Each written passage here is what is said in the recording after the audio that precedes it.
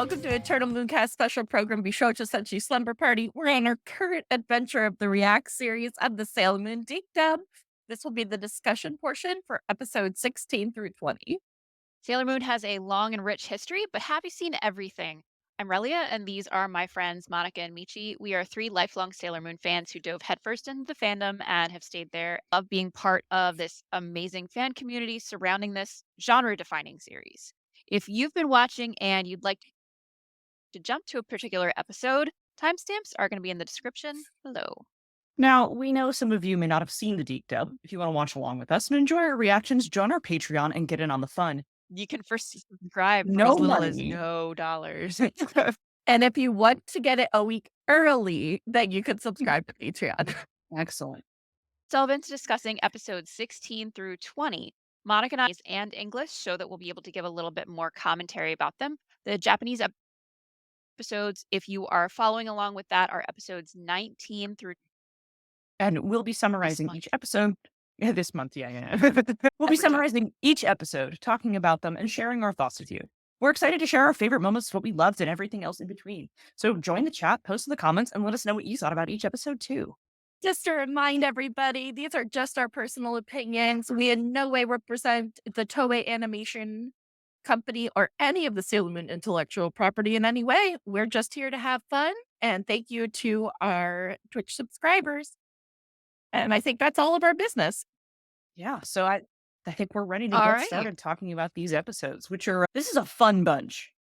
Oh, this one lined up really nicely. I think we have a good crop of episodes this week that comprise a little standalone mini arc, which is going to be cool. That's the first time we're getting that in So what we're doing. this is a set of Nephrite episodes, sort of the bulk of his character arc, I think. I think it's the best episode. You think they're the best episodes we've watched so far? Oh, by far. I think Nephrite is a really interesting character as a villain. Yeah, you want to talk about that a little bit more? What makes it so interesting to you?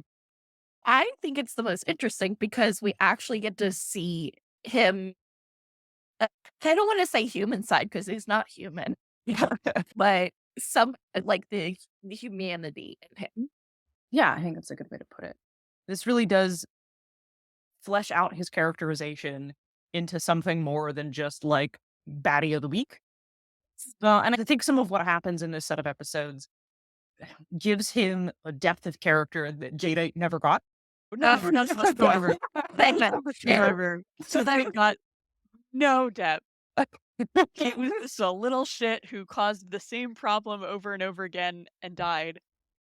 He caused problems on purpose. Mm-hmm. And had a really big wardrobe.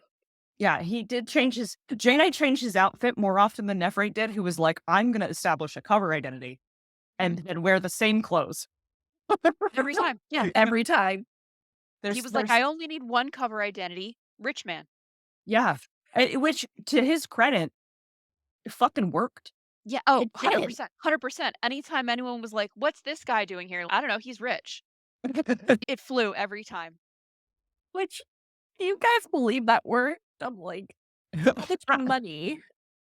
Rich people can do anything that they want to.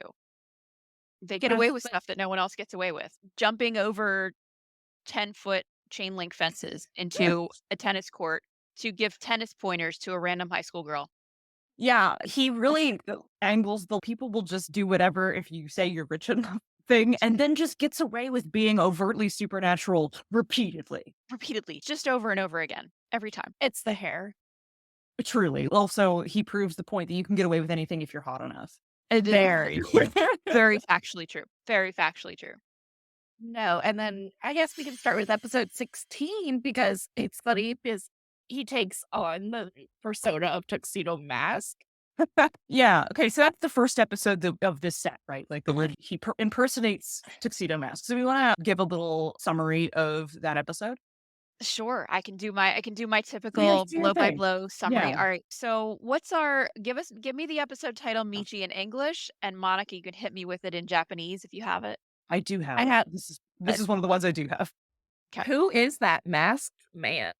And then the Japanese title is Usagi's Joy, a love letter from Tuxedo Mask. So my favorite thing, by the way, about the English title, Who is That Masked Man, is that literally no one wonders who it is. Everyone who sees him goes, oh, that's Nephrite. He's the worst disguise. It fools not one person the whole time. All right, so at the beginning of this episode, Nephrite is doing his thing where he's hanging out in his dilapidated church mansion in the woods that he generated from nowhere. I love his evil mansion in the woods. It's so cute. No one is ever invited there. Exocyte shows up. No one else is ever there. So he doesn't need this mansion for anything. He never makes use of it.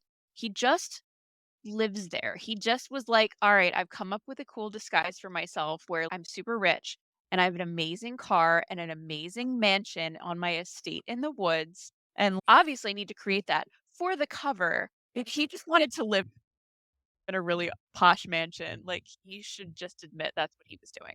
Anyway, I can't say I he's in would. his man. I cannot either. If I was working for an evil organization and one of the few perks was that I could, like, on the company dime, live large, I would absolutely do it. Oh, for sure. So he's in his interior church that is in his mansion, as one does when one has more rooms than Sen. And he's asking the stars for help as he does. And this time he's like, hey, stars, can you tell me Sailor Moon's weakness? And they do. That is apparently a thing that he can do. The stars can just tell him shit. And the stars are like showing him all these flashes of like Tuxedo Mask. And he's like, aha, her weakness is Tuxedo Mask. Okay. So immediately concocts a plan. So he sends a love letter. Usagi's all excited. She got this love letter in the mail from Tuxedo Mask. That's, oh, you're my one true love. Meet me at, I don't know, the mall at I can't wait to see you. And she's, oh my God, he knows my identity because love conquers everything and we're going to be together and blah, blah, blah. And Luna's, this doesn't really make sense. And she's, it makes perfect sense. It's the power of love. And then she goes to school to discover that every girl has gotten the same love letter from Tuxedo Mask. It turns out that Ray also got a love letter, but she's sick with the flu for reasons and can't go. She's very jealous that Usagi is going to get to go meet Tuxedo Mask for this romantic getaway and she won't because she's sick.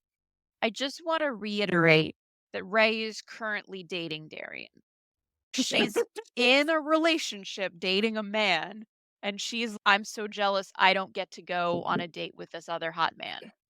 But like when Usagi does it, she's not dating Tuxedo Mask and she's not dating Andrew. So it's fine for her to fantasize about her little polycule. But when Ray's doing it, she does actually have someone that she's currently seeing and has not discussed polyamory with him once. So a little note there about Ray's characterization. Anyway, Usagi's, I'm going to show up an hour early, so I'm going to be the only one to see him. Unbeknownst to Usagi, Molly has decided that she's going to show up 2 hours early. Fortunately, she gets to the mall, she sees Maxfield Stanton there, and she's, hey, Maxfield Stanton, so I've got a weird question, but are you possibly Tuxedo Mask? Because I was just thinking it would be great if you were Tuxedo Mask. And he's, no, but that's a shame. You're such a wonderful girl, Molly. You're such time that we get to spend it together. And she's, oh, you're so hot. He suspects he's like twigging something about him, makes him think like she might be Sailor Moon. So that's his new theory. He starts flirting with her harder. Meanwhile, cut to Usagi. She's like preparing for her date. She's going through all of her little rules of dating that she's made up in her head, gets ready for the date, heads off. Later, Molly goes back to the rendezvous point. She sees Tuxedo Mask, which is just Nephrite in a tuxedo with a cape and a mask. But his hair mask is fully purple. flowing. Yeah, oh, that's true. His mask is like a nice periwinkle purple. Hair full on glistening, flowing. He did not even try to tuck it up under the hat. As amazing as it would have been for him to take the hat and just all the hair go, it would have been hilarious. He did not even try. He did the least, the absolute least. So Nephrite accuses Molly. Molly recognizes him, even though he's in disguise. She's instantly, oh, you're Max Stanton. And he's like, how did you know it was me? And she's like, no, you anywhere, Mr. Stanton.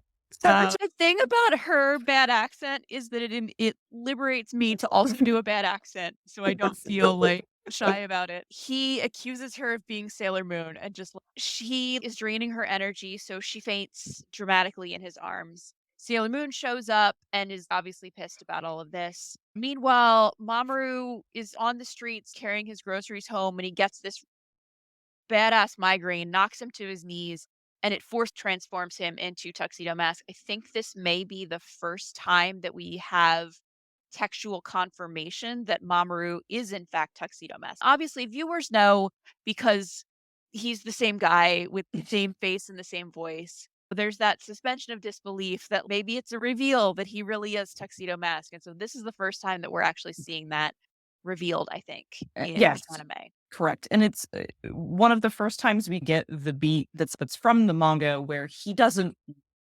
Mamoru Darien doesn't know he's Tuxedo. Yeah, this is a thing that is just coming upon him, which is they don't do enough with it, I feel Yeah, like, they really unfortunately. don't. They really don't do enough with his, like, I'm a werewolf, except what I turn into is a man in formal wear. As with so much about Mamo, they like a lot of times they'll bend their head at it and then not explore it, which is a shame. He would be a more interesting character if they spent less time having him be just an asshole to women and more time exploring his complex background. They don't. So he forcefully transforms into Six Mask. Meanwhile, Nephrite is now attacking actual Sailor Moon. He has summoned a badly animated lion Yoma. The animation team budget for this episode It's is the just they opened their wallets and flew out. They That have was 45 cents to pay these people. It's just the animation of this episode is it's just trash. It's the worst. it is it's just some of the worst episode. Yep, he attacks Sailor Moon with his badly animated lion Yoma. I want to talk about the Yoma a little bit later. And then Tuxedo Mask appears. The two of them run into an elevator. Nephrite's, oh, the elevator will go up to the top and then drop you all the way to the bottom and you'll die because of gravity. They climb through the top of the elevator, grab onto the walls of the elevator shaft. Sailor Moon climbs up on Tuxedo Mask's shoulders. Mercury and Mars show up, open the elevator doors, pull them out and rescue them. Tuxedo Mask disappears 2 feet away to Brood. And then like just fucking bounced. He didn't even bother. Like he heard the elevator crash and he was like, all right, my work is done here. Done. He and his Yoma leave. Goes back to the Negaverse. Zoocide is so this dude promised you he was gonna get Sailor Moon and didn't again. Are you gonna kill him? And Barrel's okay, it would, but this really good energy that he brought. The Molly energy is good energy. So I'll let this one slide. And that's the episode. Yeah, so this compared to its Japanese episode, which we also watched together, this is one of the few cases where the DiC dub didn't like change context or cut things out too much. Because the Japanese episode is pretty much the same. There's not a whole lot for me to talk about here where I'm like, they said these things that totally changed the context of what happened, or like these people were nice and the DiC dub made them mean, which happens all the time. The one thing the DiC dub does maintain over the original is the trash talk between everyone. Like, the trash talk is exceptional between all our villains and our protagonists. But let's see, what are some notes I have here? Like I had a note that says I enjoy Nephrite's fishing scheme, where he Oh yeah. to Oh yeah. catch That's what it everyone was. he sent the same message to a ton of people to see if he got a hit. I would have liked to have seen what would have happened if everyone showed up. Oh, like the so that's so interestingly, so there are two spot 'em if you get 'em differences between the DiC dub and the Japanese. One of them relates to that. So in the DiC dub, at the beginning, DiC dub is hard to Let say. me say, You're so right. Hi, Doug. So in the DiC dub, at the beginning, all of the girls got letters from Tuxedo Mask, and Miss Haruna in the DiC Oh, dub is, all right, well, girls, don't forget to show up on time for the bus pickup to take everyone to the mall at that time, and blah blah blah. And I'll be your chaperone. And then in her mind, she's really mad. She's, oh my God, is this really how I have to spend my Friday night is babysitting a bunch of kids? Which is so real of her, but is not really what happened in Japanese, because in Japanese, in the original Japanese, they were very committed to Miss Haruna's one personality trait being that she is forever single and alone. In the Japanese, she's just so mad that all of these teenage girls got a love letter from Tuxedo Mask and she did. What's inadvertently happened is that in changing this, the DiC dub sets up the idea that there was going to be a field for all of the girls to the mall to meet Tuxedo Mask. which obviously never materializes because it didn't exist in the first place. Or But they didn't really think that or didn't happen, and we just weren't there. Right, like, because theoretically, Wally and Serena are both showing up an hour ahead of time. Yep. So they have this whole confrontation. They fuck up the elevator, and then I like to imagine the bus of high school students rolled up an hour later, and we're like, "There's no one here, and the elevator is on the floor, and it appears to have been sabotaged. What happened?" Yeah, and to be clear, we're talking not just one high school worth of young girls. We're talking because Ray goes to a completely different school and she also got an invitation, which implies her whole school of girls also got an invitation. Like the Yeah, amount of money that was spent on postage for all of these letters, unless he went mailbox to mailbox. No, I'd like to think he was just spending Beryl's money. I so hope so. He seems to be good at just throwing money at his problems. And again, I applaud him for that. Expense it all, babe. Was it this episode he was drinking the bottle of whiskey or something? It's That's a 100% few champagne. episodes. It's a few episodes down, but yes, he is absolutely day drinking at his worst It business. is in his evil forest star palace. Another note I have on here was that I like that no one ever recognized Jadeite. No one never. Never. No one No. ever picked up that all of his gay little outfits Or were just the same guy. just the same guy, but everyone immediately knows it's Nephrite. Every time. Every time. Even if it was, I can't remember if it was this episode or later, when Amy is watching him drive the car, Yeah. and she just sees a It's just glance, like, and he zooms past her in traffic, and she goes, "That's Nephrite." That's not right. Yep. Yeah, that's a couple episodes down. Yeah, We're gonna yeah, get it into is. that one as well. Just clocks him at high I- speed. I have another note that says that lion just rolled away like a PowerPoint animation. The animation of this episode is trash. Watch it because of how bad it It's is. like comically bad. if you enjoy things that are shit on account of being shit, like, this is for you. This is the one. This is the one.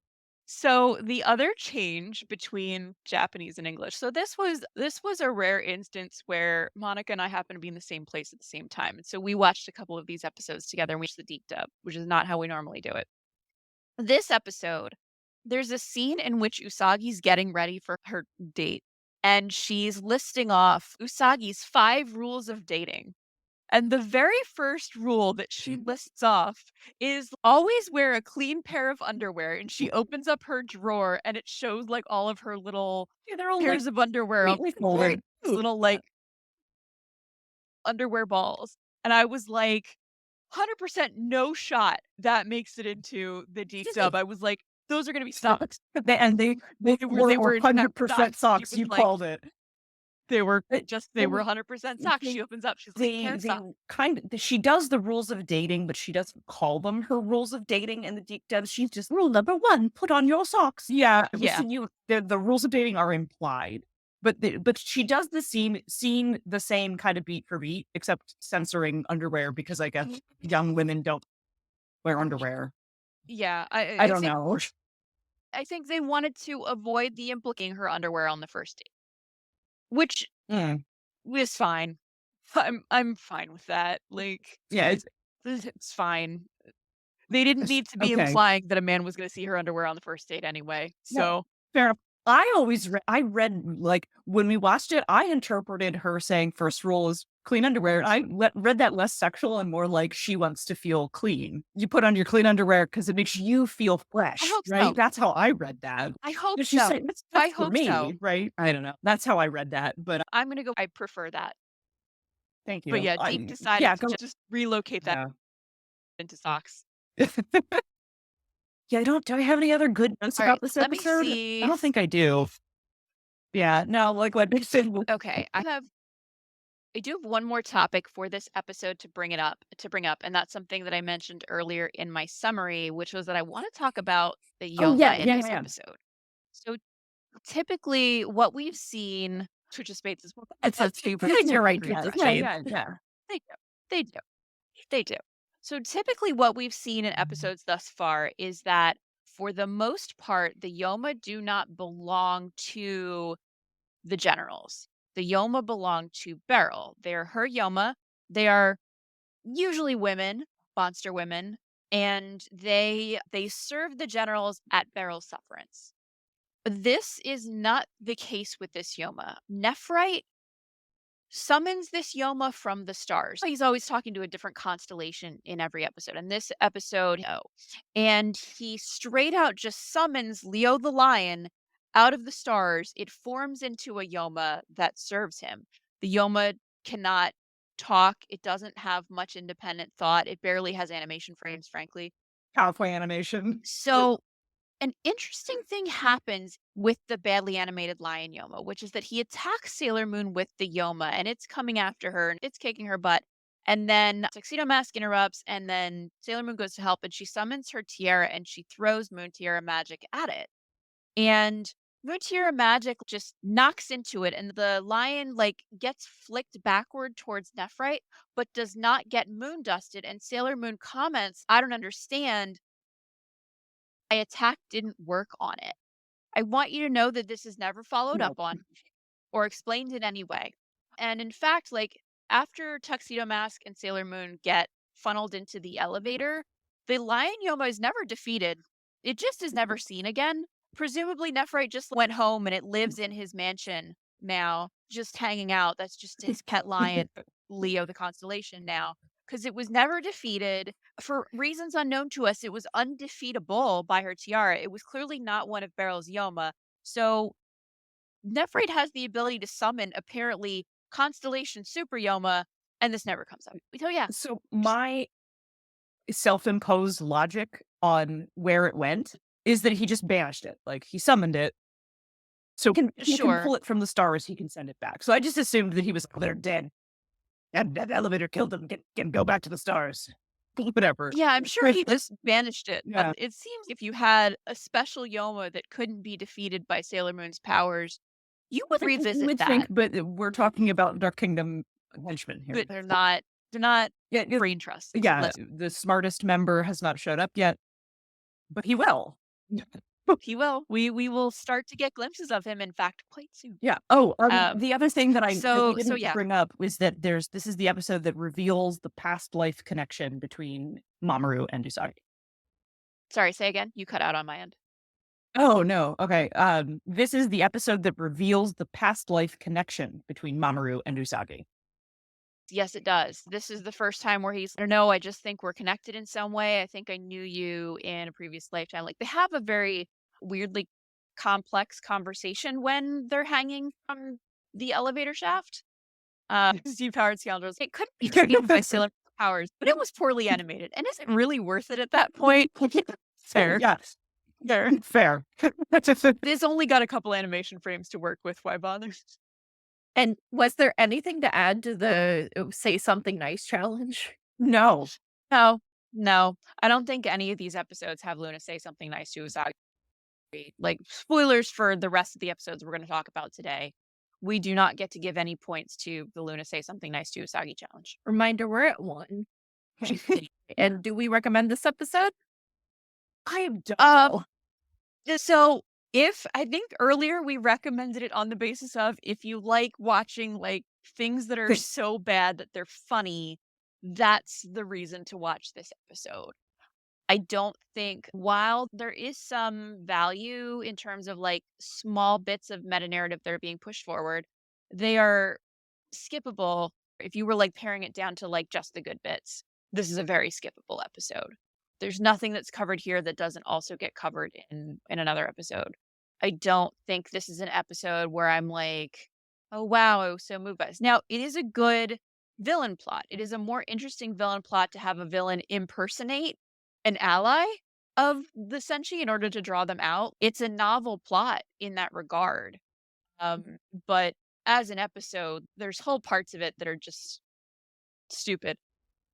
Yeah. Yeah. I'm going to have to wholeheartedly agree with that. All What right. if So, you let it we recommend it, but if you're just getting to the good parts, then skip it. Yeah. That feels about right. Yeah. Let's see That, if I think that moves us on to the next episode. And between this episode and the next episode in the DiC dub, there is a completely cut Japanese episode. And I think we should save that for like the end of our discussion to talk about. Yeah, I think that's what we've done before with the cut episodes. Yeah. Yeah. Yeah. So there's a cut episode that happens, which is a bummer because it's such a fun episode. It is a really fun episode. It's also got the best animation team. It does, yeah.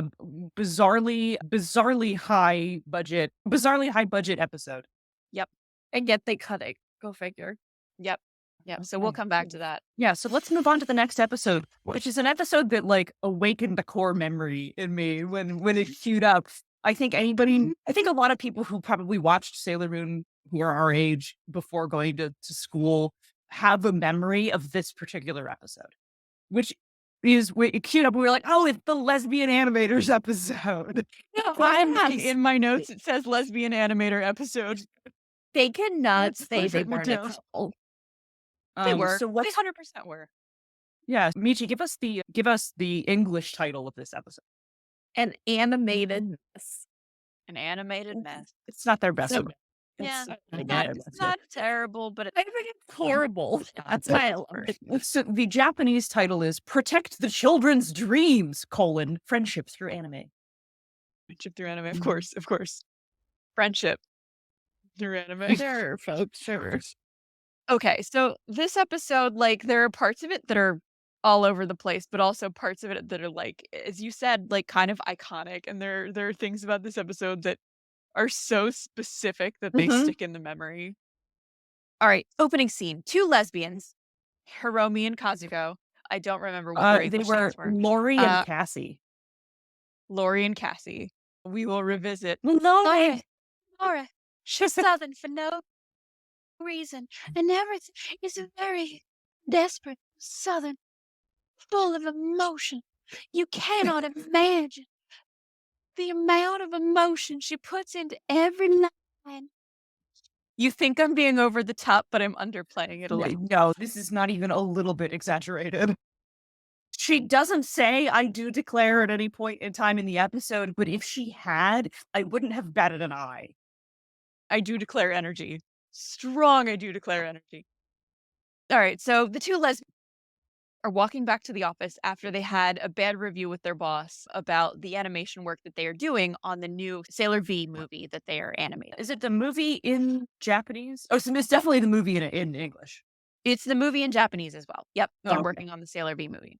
As they're walking by, one of them drops a big envelope that presumably contains some of their work. Amy is standing there, finds the envelope they dropped, and is like, oh, after my cram school, I'll return this to them because it's got the address on it. Meanwhile, Nephrite is in his mansion and he speaks to the stars again. And this time he's speaking to the constellation Gemini, but for some reason, the stars, Castor and Pollux, are transliterated in Japanese as Castle and Porcus. We laughed in the hotel room for several minutes. Really did. Castle and Porcus. Castle and Porcus. Porky. So he goes to Castle and Porcus for a new victim, and they show him Hiromi, the more butch of the lesbians. Immediately, Nephrite jumps into action. Next scene, Maxfield Stanton, he drives past Amy in his midlife crisis mobile at high speed. She clocks him at Nephrite immediately. Yes, She would know that penis mobile anywhere, and there he is with his flowing hair. That's Maxfield Stanton. He's Nephrite. Next scene, Hiromi has stayed late to work, but she's disappointed that her work isn't good enough. She's looking at her girlfriend's work and is like jealous that she got so much done and it was so good. She breaks into her own stash of what we will call special lesbian pencils in order to help her Are work. they the color of the So- flag? They're like Uh, blue and pink. Yeah. Blue and pink. But they're not like baby Yeah. blue and pink, and there's no white, so it's not crayon That's flag. true. It's just they're just blue and pink pencils. Yeah, blue and pink. So we get a flashback to explain the special lesbian pencil. We get a flashback to when they were schoolgirls in a shop and they were like looking in this glass case at these professional animator pencils, which are just pencils. But they didn't want to buy them because they were too expensive. So they decided they would split the cost of the pencil set. But they were so special that they were going to use them only with each other's permission. And in Japanese, they say they will only use them for the ultimate anime that won't ruin children's Yes, dreams. Which whatever the fuck that means. Oddly specific. Yeah. In the deep dub, they decided to leave out that weirdness and just be like, we'll only use them for the most important project. But either way, they're only allowed to open their pencil cases with each other's permission to work. So we flash back to the present. Hiromi opens her pencil case, and you see that actually she's already used almost all of hers. There's one left, and it's like down to a nub. So clearly she's been breaking the promise. This is the middle of the night in an animation studio where presumably she's like a 20-year-old animator working on this film. In walks Maxfield Stanton, this wealthy man, and he shows up and he's, "Oh, wow, you're Hiromi. I'm such a fan of your work. I really am glad that I get to shake your hand." Never is it questioned why this rich man knows which animator animated which frames of a thing to know who his favorite animator was, or would come meet her at her workplace at late at night to shake her hand. She just goes with it. Again, he's rich. Yeah, It can he's do rich. He's anything. rich and hot, so nobody cares. Rich and hot, no one cares. He puts his little evil curse on her last lesbian pencil and then leaves. Mercury is outside standing on top of his penis mobile and she confronts him. He is thoroughly unimpressed. He just swipes her off the top of his car with one hand, gets in and fucking drives off and tells her to get rid of it. And Mercury's the That's literally what happened. This is like one of the most one-sided villain fights in the entire series, second only to maybe that time Tuxedo Mask fights Galaxia. Yes. It is up there as far as that. I can't remember. Did she do anything besides just look sad? And she stands on Knocks his, her on the ground. And yeah, he sweeps her legs with his arm, and she falls off, and then he drives away. He's unthreatened, doesn't feel that he needs to fight her in any way. No, I bounce. Probably's going home to polish the heel marks on the top of his car so he can push the dents out. I'm sure that's what he was more concerned about. Yeah, because poor Mercury. Yep. So she transforms back into Amy, goes inside, and here I brought you this envelope to meet the lesbians and return their work to them so that she can like investigate a little bit. The good lesbian invites her back while the evil lesbian is now turning evil and losing social skills. I think what we see especially with all of Nephrite's victims is that as soon as they become infected with Nephrite evilness, they become obsessed with their particular interest and just become really mean to anyone who tries to keep them from doing their special interest. And that's of course what's happening with Laura. So she's using her evil pencil to draw faster so that she can be even more productive and impress everybody. The girls all go to investigate. There's a little mini note where both Usagi and Rei are there trying to get autographs from the animators. Meanwhile, Nephrite is having gin on his forest balcony, just day drinking as one does. That's how unconcerned he is about the fact that Mercury knows about his plan. That feels more insult. Zoocyte shows up to throw shade, as Zoocyte does throughout this entire arc. That's the scene. That's correct. That's it. There's nothing is revealed. It's champagne. It's 100% a champagne. What did he call? They called it something funny. Lemonade. They drinking lemonade and I want to talk about Southern episode. I want to talk about the differences between the two of them, but I want you to finish your recap first. Okay, all right. Back to Laura. Laura's annoyed because the girls are being noisy, and she tries to get them to leave. Just then, the boss calls to talk to Lori and tell her how great she's. I know I'm doing great. I know I'm doing great. In fact, I want to talk to you about the final scene, which you put me in charge of. And I'm going to kill off Sailor V in that final scene because I think that the children want evil, and I'm gonna corrupt them for the Negaforce. When everyone's obviously very disturbed by this sudden plan to change the Sailor V movie. This is in both, so they approach it very differently, and it's even more low stakes in Japanese, but this is basically the most low stakes villainy that we've seen in every episode. Like, the consequences for failure here are that maybe the Sailor V movie will end with Sailor V getting killed off in the movie. So far, that's where the stakes are at, which cracks me up. I love it. Laura goes up to the roof, and her girlfriend and the girls follow her. Nephrite summons, she's at her peak power. He summons the Gemini twins, who are just colorful Amagami-sama ripoffs.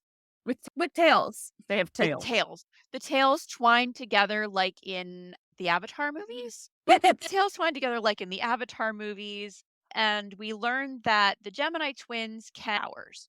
So Mercury bubbles, because she always gives like the most to that line. And then the Gemini twins are like, Mercury bubbles, blast, and blast them right back at her. And she's like, wow, my bubbles. And then they do the same with Mars. So they're like, oh no, how are we going to win? But unfortunately, a second later, the Gemini twins start bickering over which of them gets to kill everybody off. They bicker so much that they lose their special bond of tails being wrapped together. Their tails unwrap. And so they lose all of their powers. Their advantage falls apart instantly with no outside interference from anyone. The girls team up, do a triple attack, and win. Girlfriends confess that they've both secretly been using the special pencils to keep up with each other, so they've both been breaking the promise. It's a very cute scene where the other girlfriend opens her box and is, yeah, I'm almost out of my pencils too, actually. I was just so worried that you were getting ahead of me, blah, blah, blah. And the Sailor V anime is saved. And that's the end of the episode. Yay. Everybody's happy. Yay. I think I want to label this one as the DiC dub makes it weird. Yeah. The DiC dub changes a lot of things that change the context in ways that are bizarre.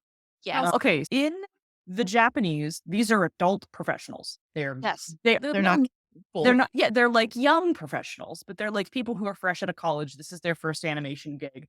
And then the conflict between Hiromi and her boss is that he wants her to make the animation hornier. Yep.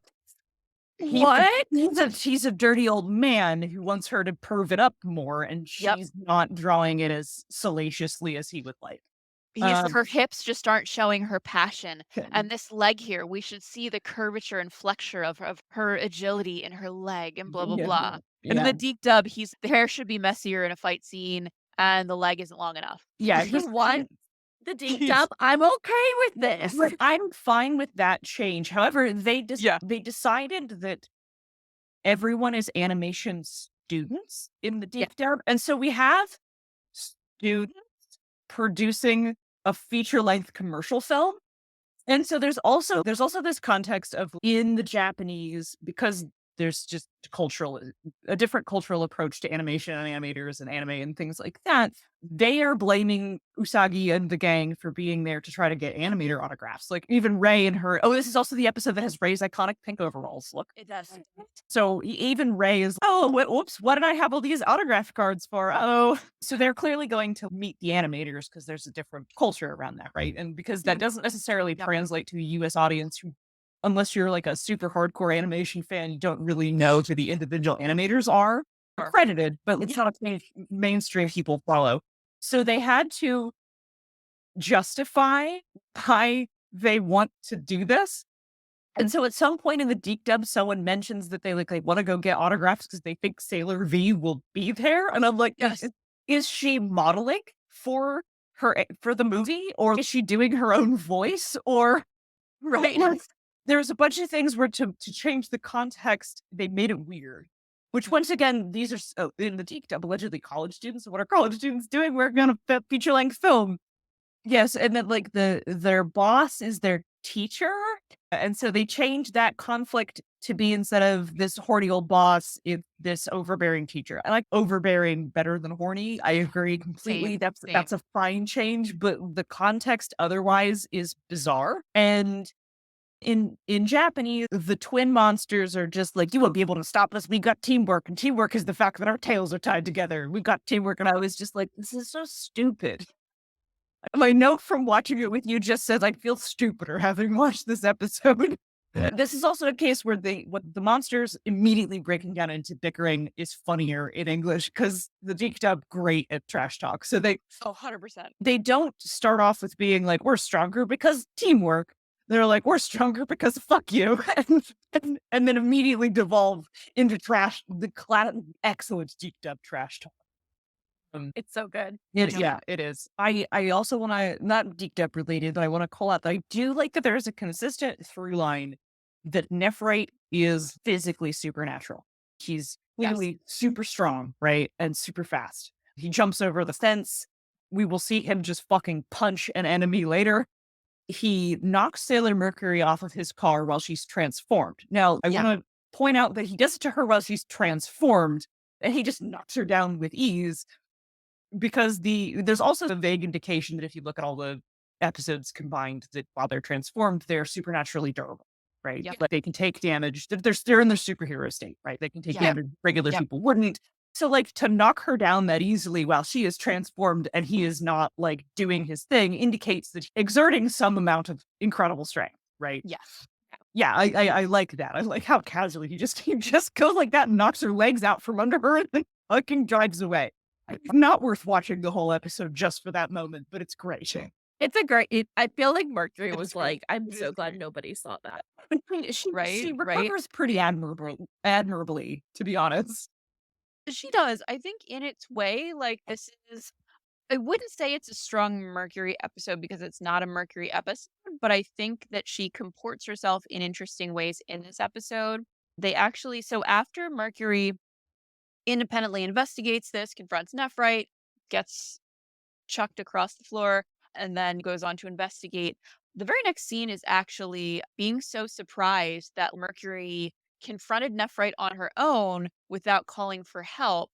And that's so unlike her. And of course, we were like, we both, even before they said that, we were like, girl, you can't confront him on your own. You're the debuffer. Yeah. You should not have the power to take down an enemy.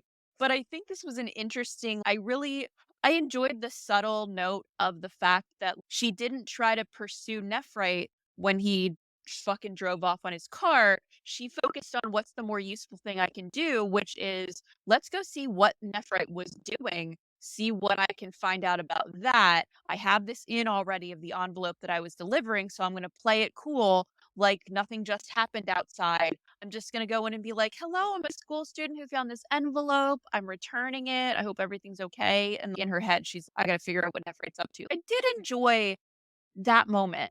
I think that I have to say that early Mercury is growing on me. I think part of it is because she's the only character who's nice to Usagi. But also it's just I like just like her sort of independent heroics that I think are interesting to see. So I did enjoy that of her just staying focused on the mission, frankly. Yeah. Not Her what other it's not thing what is Mark would have done. she's the girl who gathers the info. She's the intel Yep. character. And Yep. she plays to that role in this episode. Yeah. She plays to that role into this episode so hard that I started making role-playing game jokes. Like, And then there's actually some interesting trivia about this episode from Sailor Moon Wiki. okay.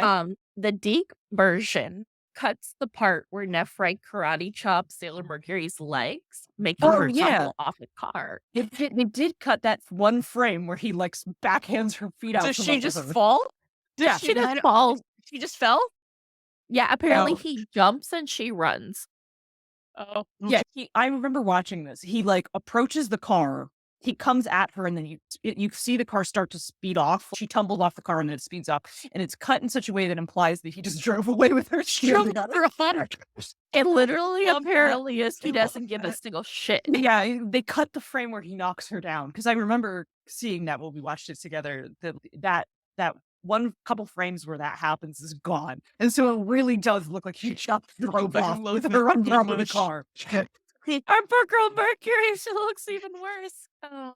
And then let me see. He was like, I remember how like Newton's third law of motion works. I can just drive off and she'll fall. It makes Like a cup of coffee. it feel like he gave even less of a shit about her. Like he didn't even care enough to move her. Yup. It's fine. At least when he knocks her off the car, it's evil. Like he's doing a little bit of establishing dominance, right? You're so not a threat to me. I'm just going to sweep you off there. And then him Yep. driving away is funnier in a completely different way. Yes, it is. Yes, it is.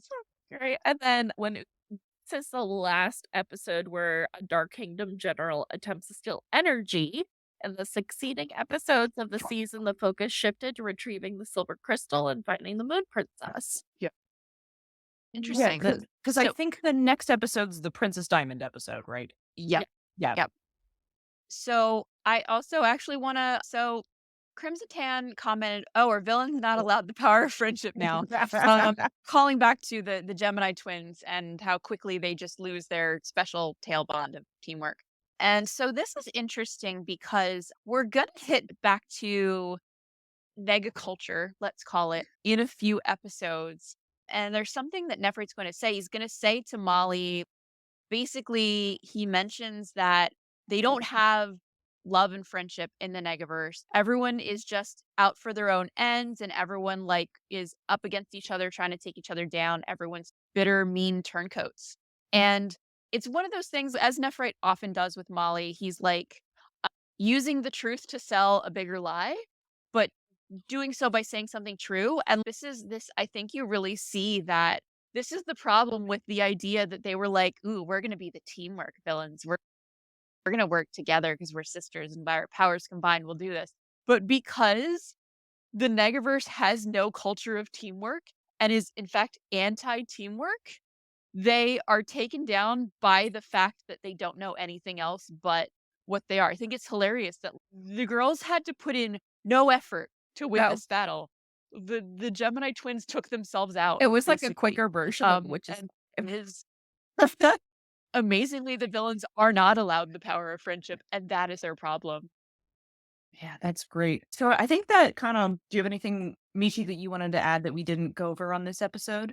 I'm trying to see if there was anything else interesting about it. This one's pretty stupid. Yeah. This one's pretty damn stupid. Do we recommend this one? God, that's so hard. No. No. No.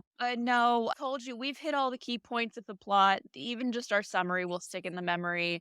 I think the villain concept was wasted on this episode. Underemployed. A classic, one of the episodes where also there's a villain, by the way, and we have to fight them, blah, blah, blah. Yeah.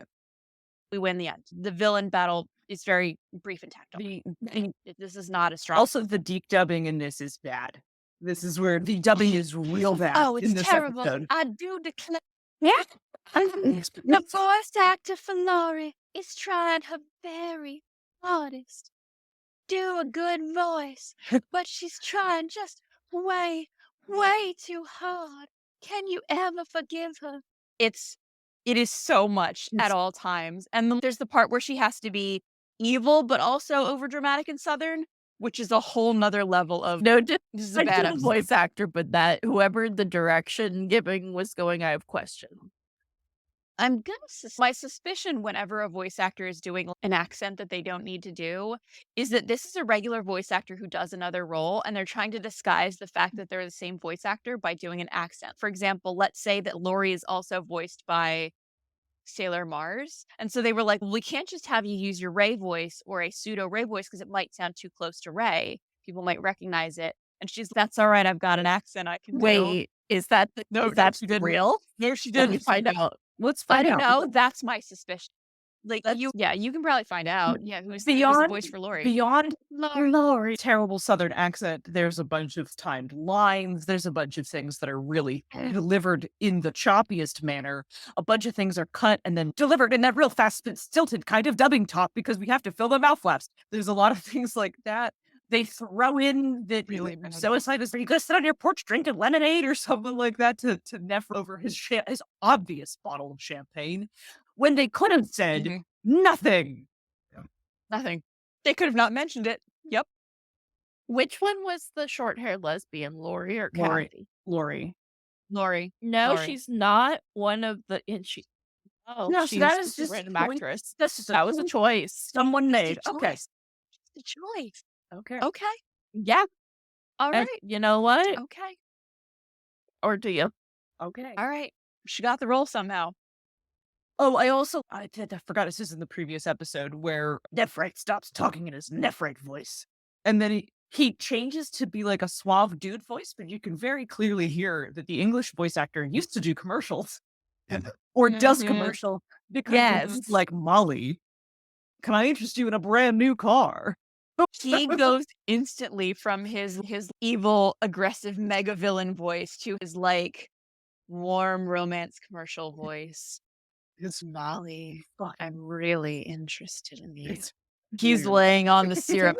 Yeah. And she is into it. And it's a good voice. Like he when he chooses to be sexy Nephrite voice, it's a good sexy voice, but hilariously distinct from his angry villain voice. Yeah. Okay, so I think that brings us to our next episode. Yes, which is a famous episode and also in the manga. Yeah. What is the English title? Yep. Worth a Princess's Ransom. And the Japanese title is Romance Under the Moon, Usagi's First Kiss. Oh. We're shaking our Yeah. shaking your head First because we kiss. know how this happens. Yeah, and as you point out, this is a manga accurate episode. This is a Yep. storyline from the manga. So this episode is better than all the other one. It is better, but interestingly, it's out of place because it's just stuffed in the middle of the Nephrite arc that they're setting up. Because they had to put it somewhere. It had to be like here. So it feels like they tried to work it into the Nephrite Molly arc, and they do a little bit of that, but it's a sidestep from Nephrite's mission that he's been given. He just decides to pursue a different reasons. So in order to fit this storyline in. But the storyline solid. Yeah. So at the beginning of the episode, No, I was just going to say, take it away with the. Yep, here's our play-by-play summary. At the beginning of the episode, Naru's upset because she's still got some memories of her confrontation with Nephrite. Like, he allegedly was also like, stars, wipe Molly's memory of the time when I accused her of being Sailor Moon and attacked her and stole her energy. But she's still having some memories of that. So the stars did a slipshod job. Special, they just handed over.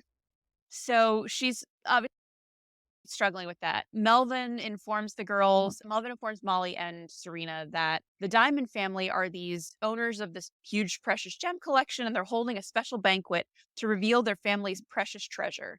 Naturally, Serena wants to go. Molly has a ticket, but she doesn't really want to go. She just has to go like to represent her family because her mom obviously is a big name jewelry store owner. Apparently has also, because she keeps her ear to like the pulse of society in Tokyo, as an evil queen does, and she's like wondering if this treasure, the Imperium silver crystal. Now Zoocyte's, yeah, all right, I'll look into it, because that's literally Zoocyte's job, is to find the silver crystal. But then Nephrite butts in and is, no, I'll do it. Beryl's, yeah, we need that crystal to revive Metalia. And Zoocyte's like, why are you giving this loser Nephrite important jobs like this? He's proven that he's a loser. And Beryl's, yeah, but what you don't know is that now that he's a loser, his desperation will motivate him to work harder. Zoocyte obviously is super mad that Nephrite is now not only failing to do his own job, but trying to steal Zoocyte's job. Zoocyte goes and puts his head in Malachite's lap. This is the first time that we see him, and is obviously complaining that Nephrite is getting away with stuff. And Malachite's, don't worry, just be patient. We can get rid of Nephrite whenever. And then the whole scene.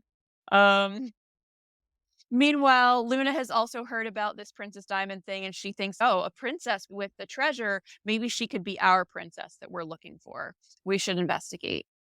Serena also discovers that Kenji Papa also gets to go to the banquet, and because he's, as we only know in the Japanese original, he works for a newspaper. He's being sent there to do an article on Princess Diamond. This is never mentioned in the DiC dub, so we have no idea why Kenji Papa gets to go there for work, which becomes hilarious the longer he shows up. Serena's, no, I really want to go. And then she's, oh, I can use my disguise pen, turn me into a beautiful princess. It turns her into a beautiful princess. Meanwhile, jump cut over to Mamoru. We see him having a dream of a silhouetted woman with Odango and pigtails who's telling Crystal and that he needs it. Thanks. Sagi goes into the banquet. Nephrite is also there. He sees it's like a masked ball. Nephrite sees Molly, and asks her to dance. She's, oh my god, Maxfield Stanton, you're here again. Stan, this is so romantic. This is such a lovely evening, Molly. This evening is better than expected. I'm so glad you're here. Tuxedo Mask sees Serena in her disguise. He thinks she looks like the silhouette from his dream. He starts following her. Meanwhile, Nephrite fucking possesses Molly with his spirit. Tuxedo Mask has decided to dance with Usagi. Usagi's, oh my god, I'm getting to dance with Tuxedo Mask. Molly, who's possessed and is therefore now purple, meets Princess Diamond. No one notices or cares that she's fucking purple until she attacks Princess Diamond. Upon attacking her, Princess Diamond gets possessed instead of Molly. Princess Diamond obviously immediately grabs her treasure, runs off to throw it to Nephrite, who's like waiting below a few floors down at the balcony. Usagi is in the vicinity for some reason and sees Princess Diamond about to throw her treasure off the thing, tries to stop her. she falls off the balcony. Tuxedo Mask catches her. They're hanging precariously. Nephrite's like about to kill them. Mars and Mercury show up, attack Nephrite to stop him. Tuxedo Mask is about to go after Nephrite. Mercury stops him and is, who are you? Are you our friend or our foe? Yeah, I also don't know that. I know I'm trying to find this crystal. So if you're also trying to find it, maybe we'll be enemies. Nephrite uses possessed Princess Diamond to attack the crowd of bystanders. The Senshi interrupt that. Mars uses Akuyo Tai-san to dispel Nephrite's spirit out of Princess Diamond. They defeat his ghost.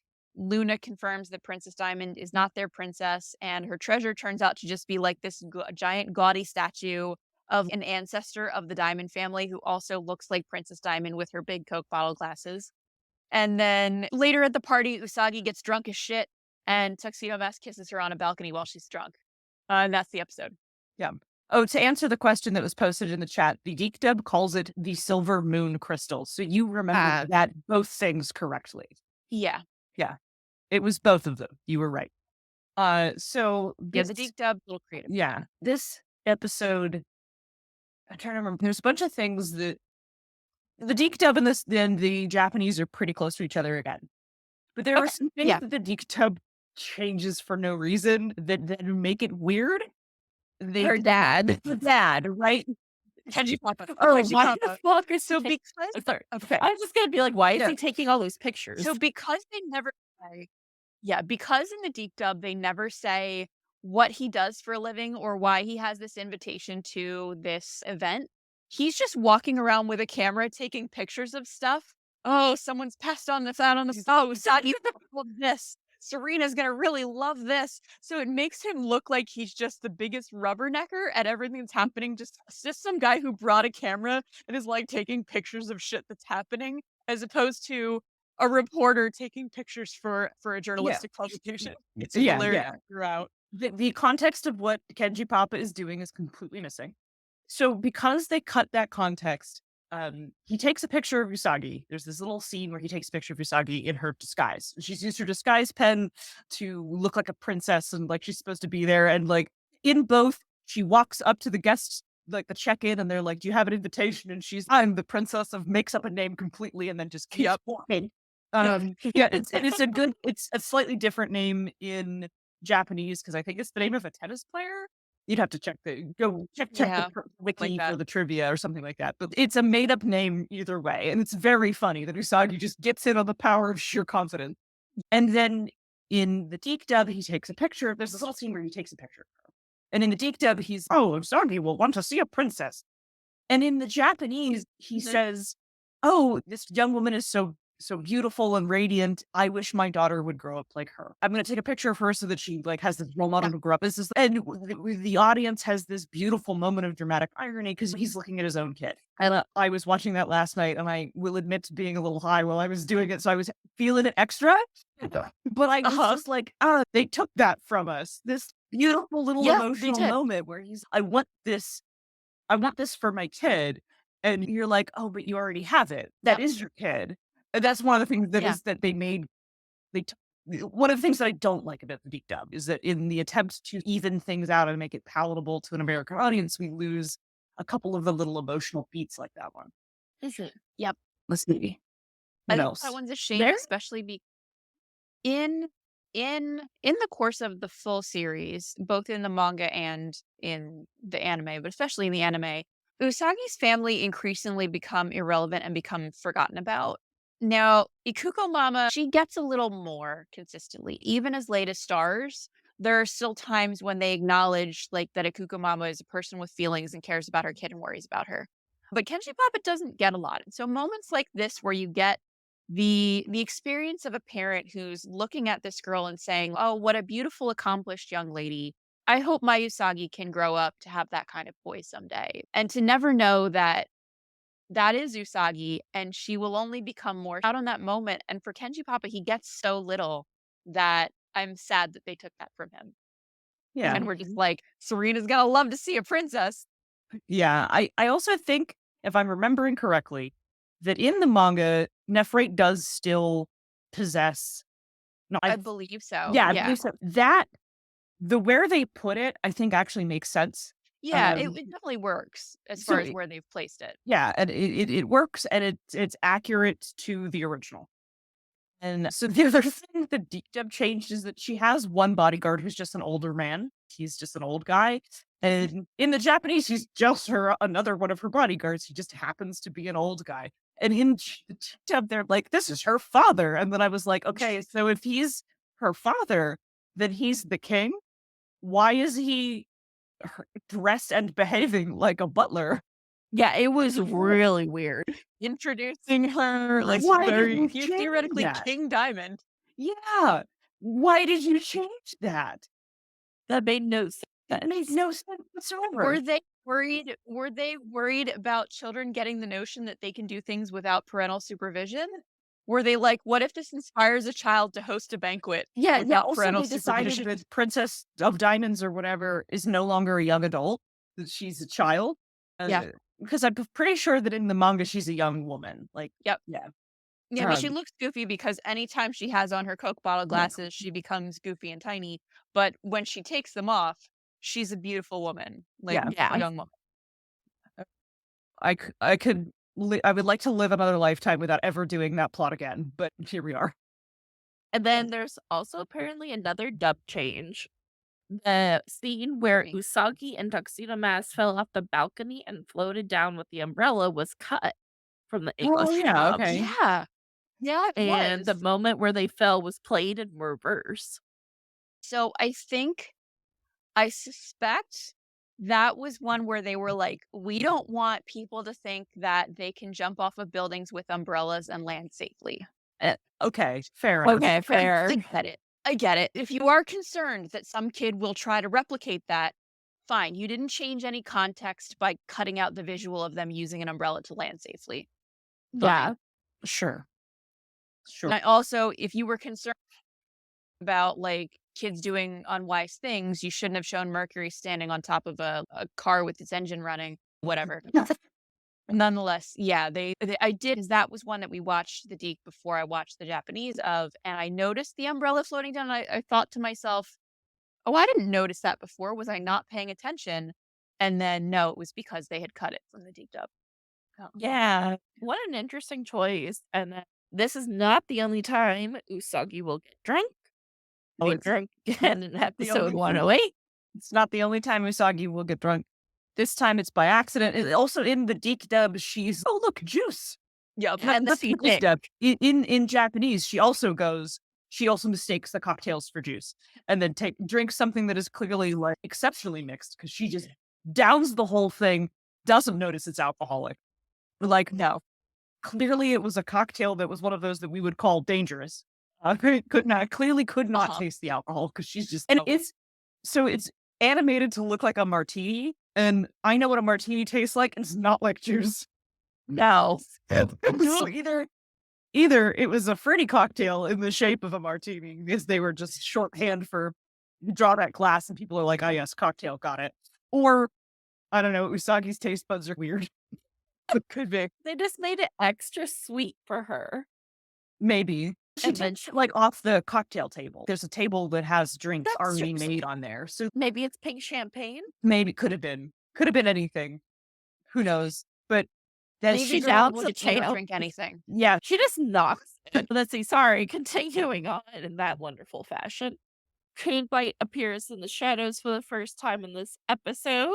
Let's see. I'm trying to see if anything's really interesting. you should subscribe to our Patreon because I have a very funny reaction when he shows up the first time. Yeah, you do. I'm not going to ruin it for you. You should watch it just for me going when he shows up. Oh my god, no, it's so damn funny. And then I think it's interesting because they changed Princess Diamond's hair color from the manga and the crystal. And though she's blonde, Did they? like Princess Diana, Oh, yeah, Oh. okay. this one she's a brunette. That's probably why. Yeah, that's probably why. Probably why they changed it. Yeah. Princess D. Do we recommend it? It is a manga accurate episode, which I give points to. but I didn't like his plotline in the manga either. No, neither did I. It was so boring. Yeah, it's not her best work. I'm glad we It's got better not. plot It's lines. not. Yep. It's this one should have stayed in the drafts. Yep. Like, you can just cut, like, just have a scene, like, just cut.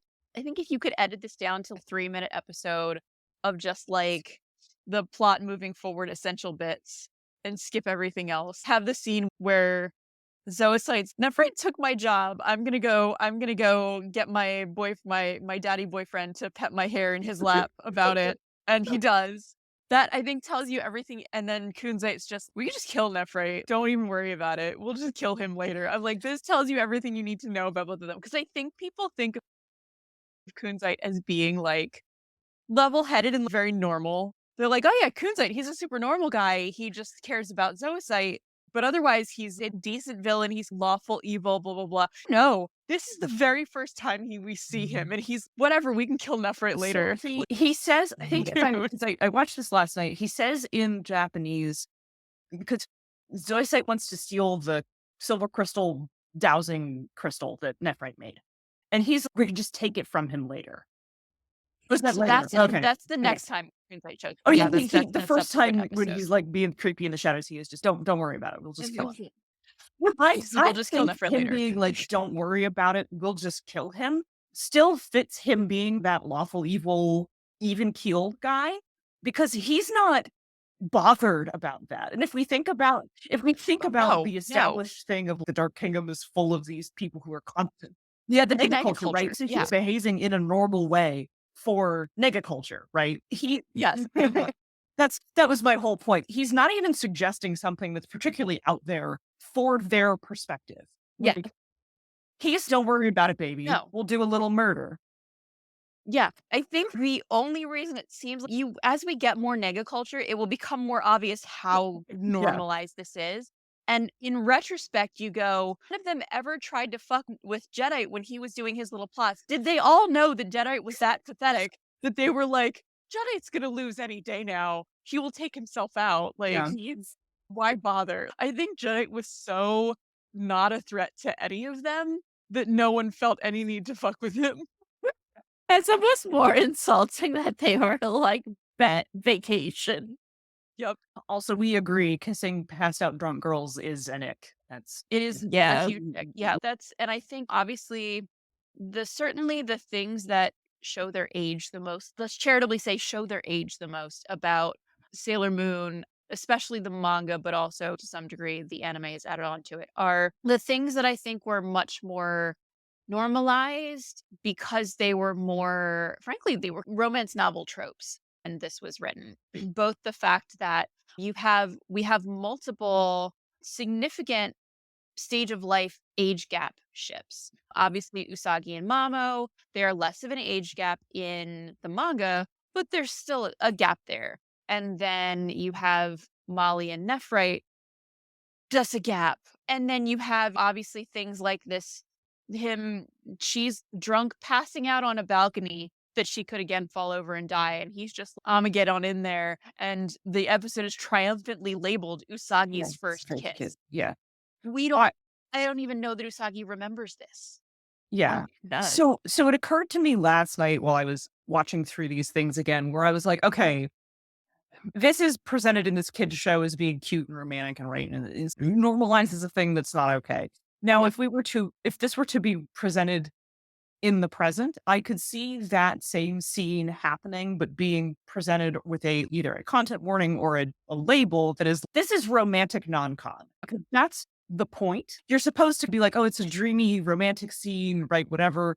Right. And I get buying into the fantasy, but you'd have to set it out with this is explicitly, intentionally romantic non-con. And then you would tag it or whatever, and then people would be like, I'm not really into seeing that, right? It's going to make me uncomfortable. I think there's a way that you can position this also to make it clearer that this is not Mamo just choosing to kiss a drunk girl.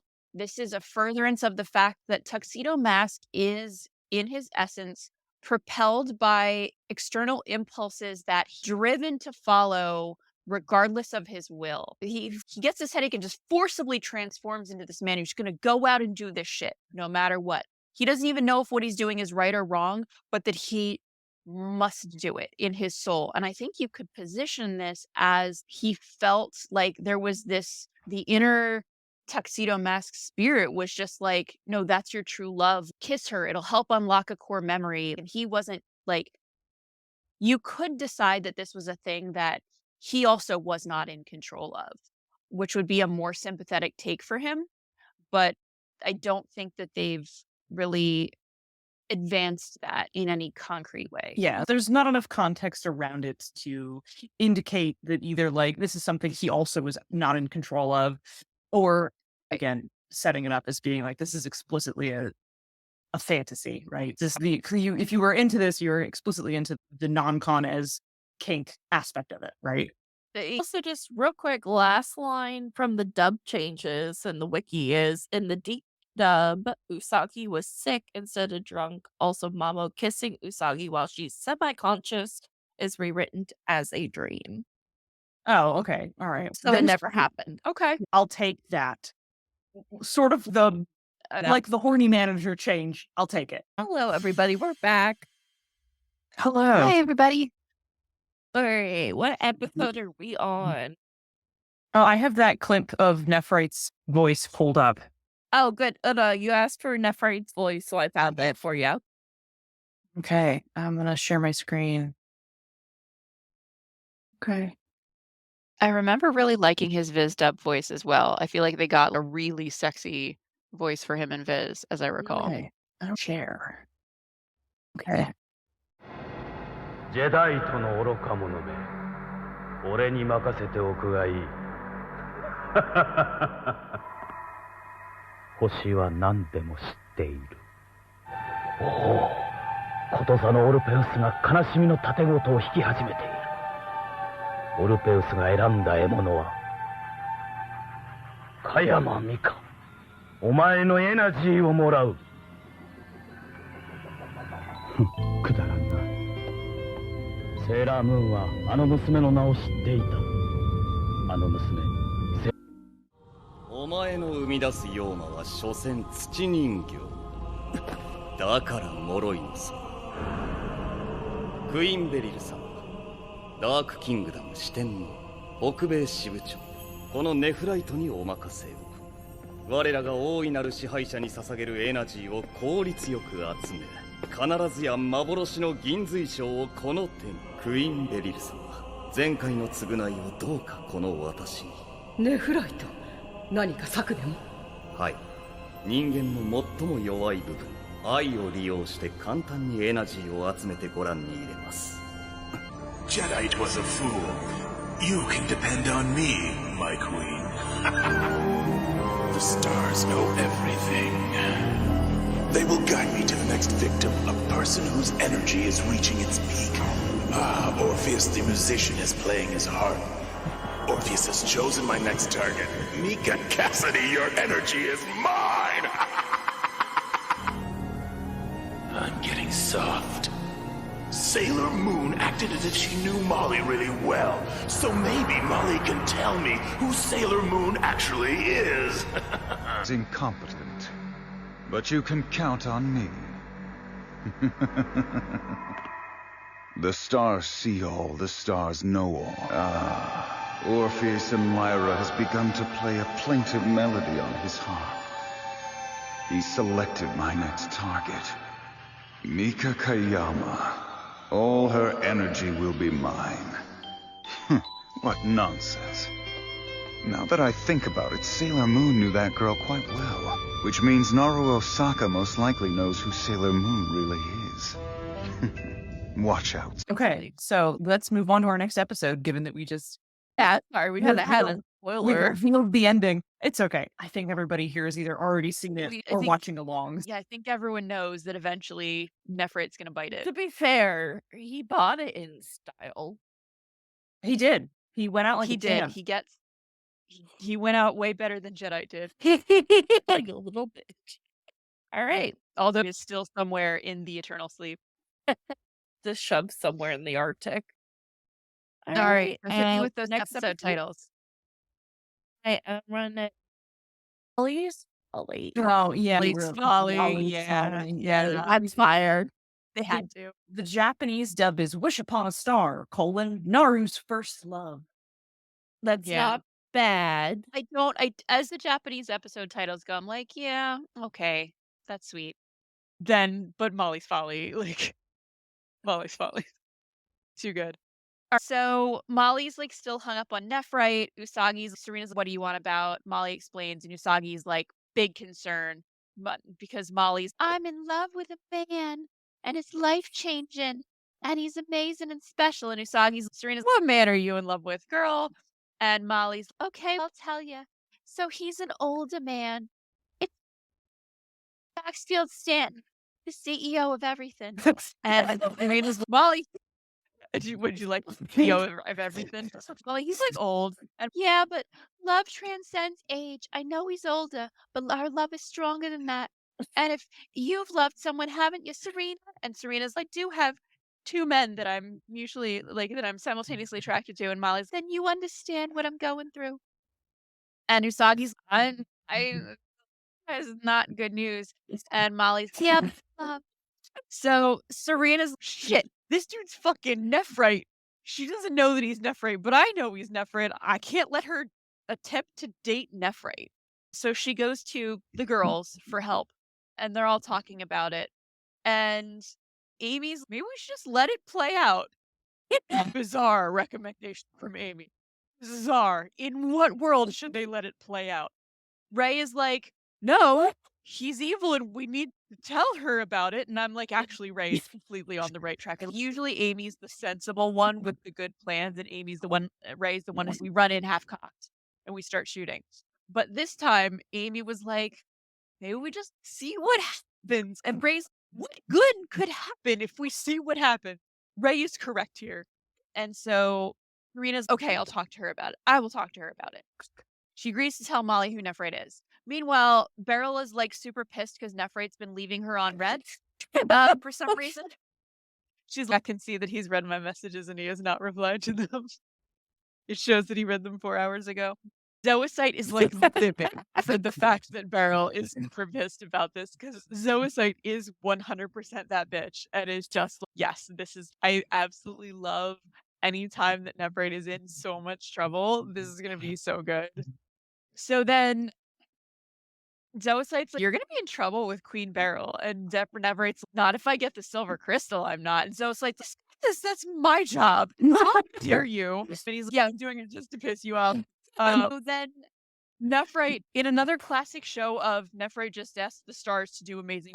Nephrite asks the stars, like, can you like just give me an item to locate the silver crystal? The stars are like, yeah, here you go. Here's a black crystal. Again, why don't they revisit stars? It's very powerful and use it to its fullest. Like, sorry, Queen. I only like 8th grader. Unfortunately for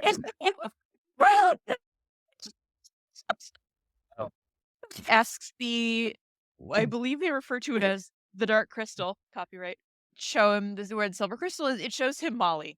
Once again, Zoisite is livid about this usurpation of Zoisite's job. That, by the way, Zoisite has not been working on.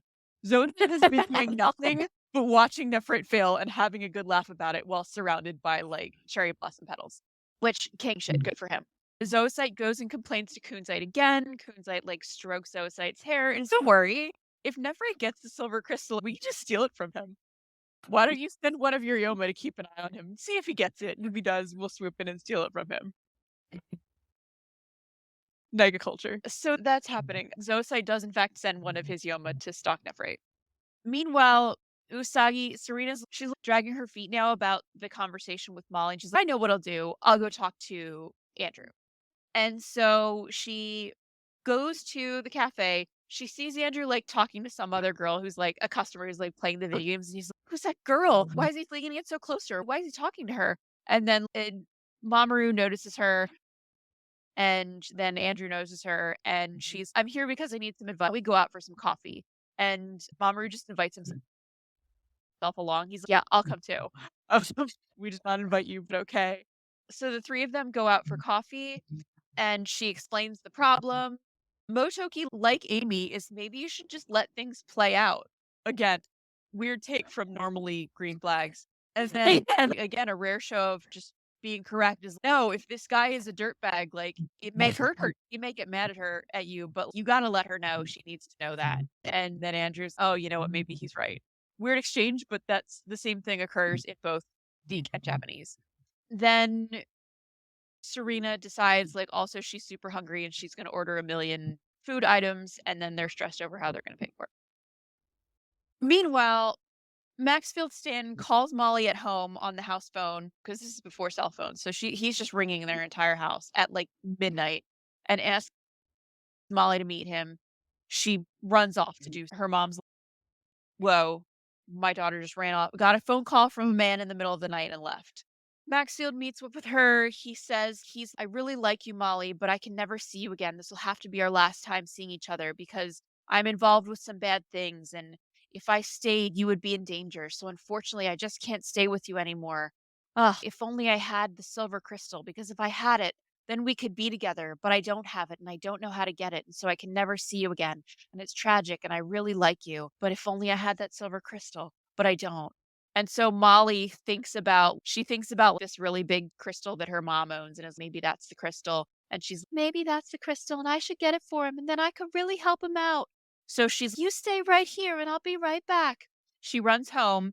She like breaks into her mom's safe, takes this giant honking crystal and is like running off. And her mom is like, Molly, what are you doing? Molly's mom catches her stealing and Molly like books it.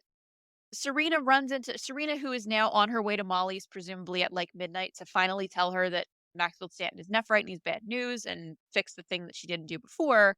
Because the previous time she tried to do it, she just ran up and was like, Maxfield Stanton's a bad guy and he's maybe evil and you should leave, bye, and just left. And Luna was like, you did a shit job. So she's on her way to do it again. She runs into Molly's mom, and Molly got a call from some man named Maxfield Stanton, and then she left. And Serena's, I'll help you find her. They run off different directions. Usagi transforms. Meanwhile, Nephrite's been trying to use the dark crystal on Molly's gem that she just gave him. It doesn't do shit. But for no reason, it instead is reacting to Molly, who's standing right there. Sailor Moon shows up. She confronts Nephrite. Molly's, what are you talking about? This is Maxfield Stanton. He's a nice guy. And she's like, no, that's Nephrite and he's evil. And the Nephrite like attacks Sailor Moon with like magical energy and tries to kill her. Mars and Mercury also show up. They're all attacking him. Sailor Moon chucks her tiara at him and it's about to just cut him in half.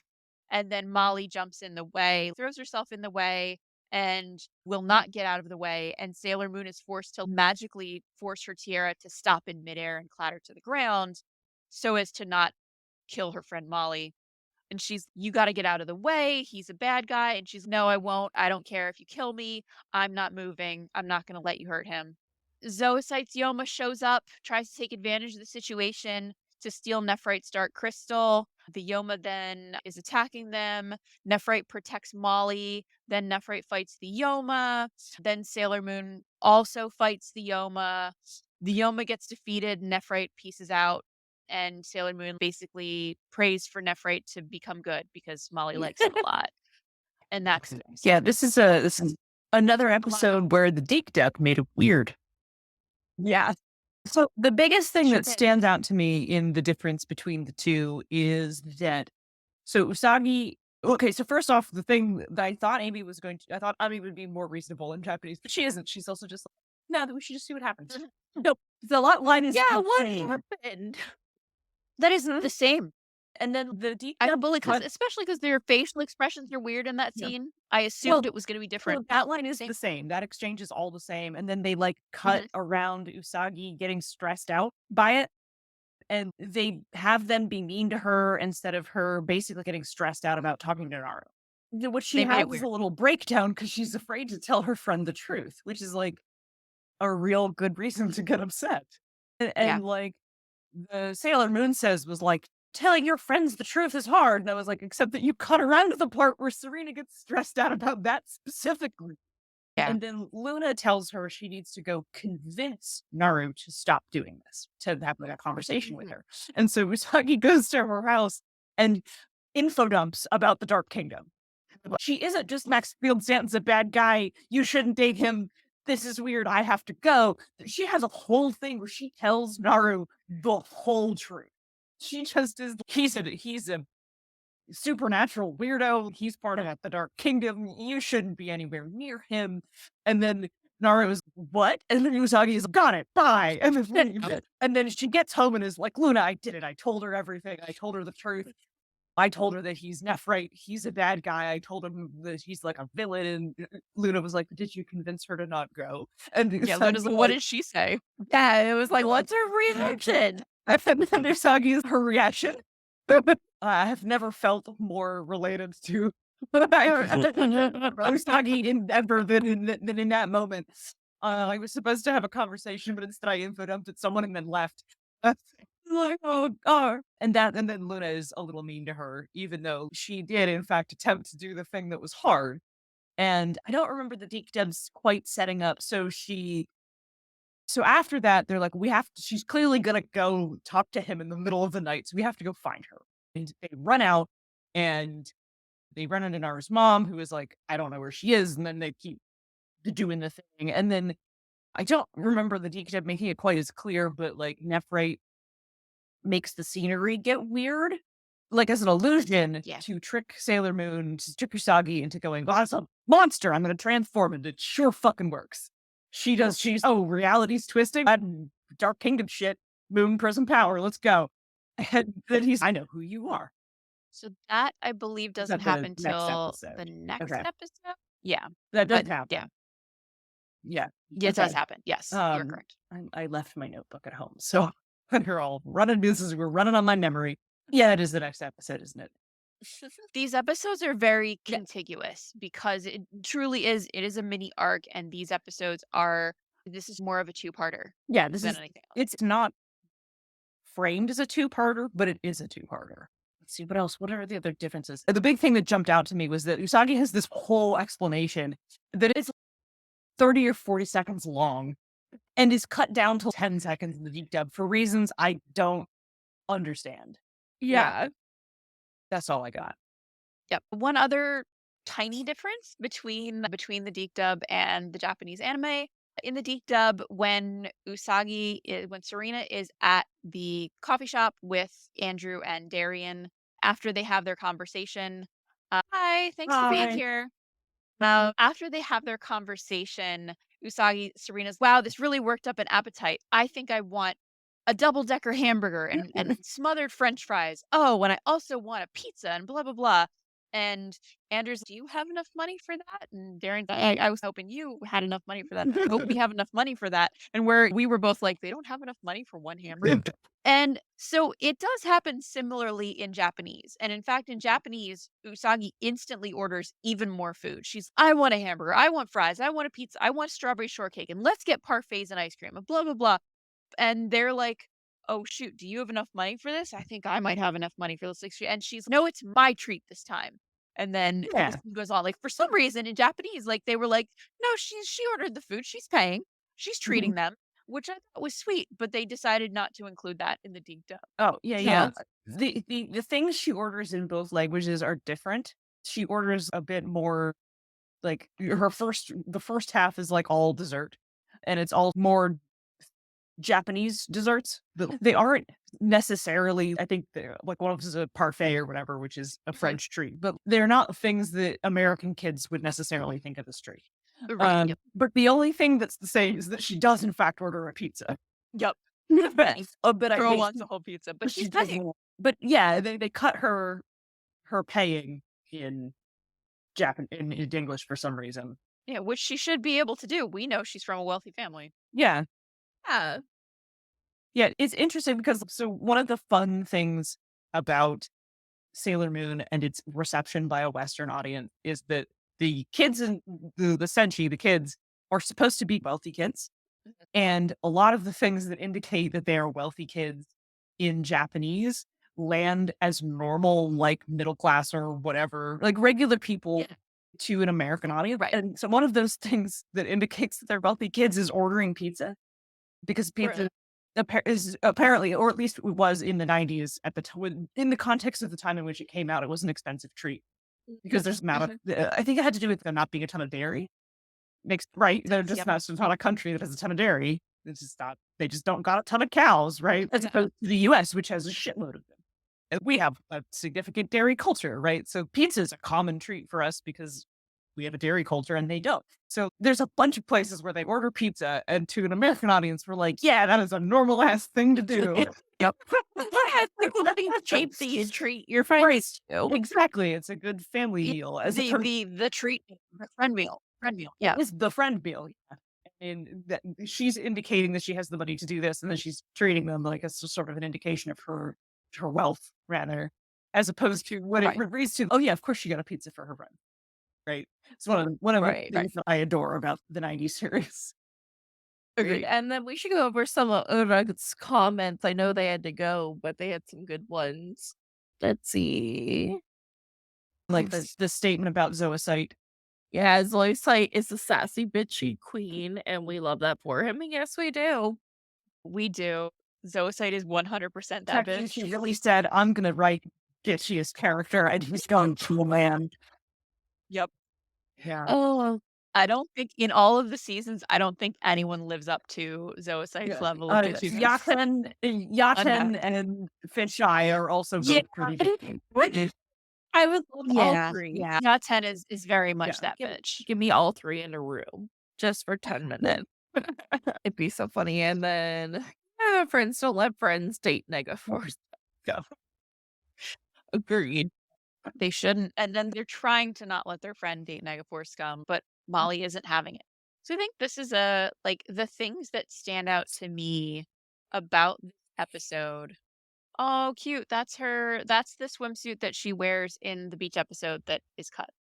Okay. Which we'll touch on at the end of this. Yeah, it's a super cute swimsuit. Or no, she wears that in this episode with Molly when they are at, I guess, some public swimming pool. Oh yeah, the Foley work on the swimming pool in Japanese, I was very impressed by. But again, I may just get these really good headphones. No, it was good. So the things that I really wanted to touch on for these episodes, and this episode in particular, is I feel like this episode gives you such a strong idea of why Molly is Serena's best friend and what kind of people they both are that resonates with each other. Whole interaction with Nephrite and the fact that not only is she on very little evidence, she's decided that she's believes in him and is in love with him and sees something good in him, something worthwhile in him, something worth loving in him. She's also willing to lay down her life for that belief in the face of friends and allies who don't want her to do this. It is the most Sailor Moon thing to do, and it is the thing that Sailor Moon will increasingly do more pointedly as we get into later seasons. I think even in the first season, you don't see that as being Sailor Moon's defining character trait. She's not being the figure of redemptive love in season 1 that she increasingly becomes in further seasons, and then increasingly defines her as this figure of everlasting and immortal hope within the entire solar system or the entire galaxy.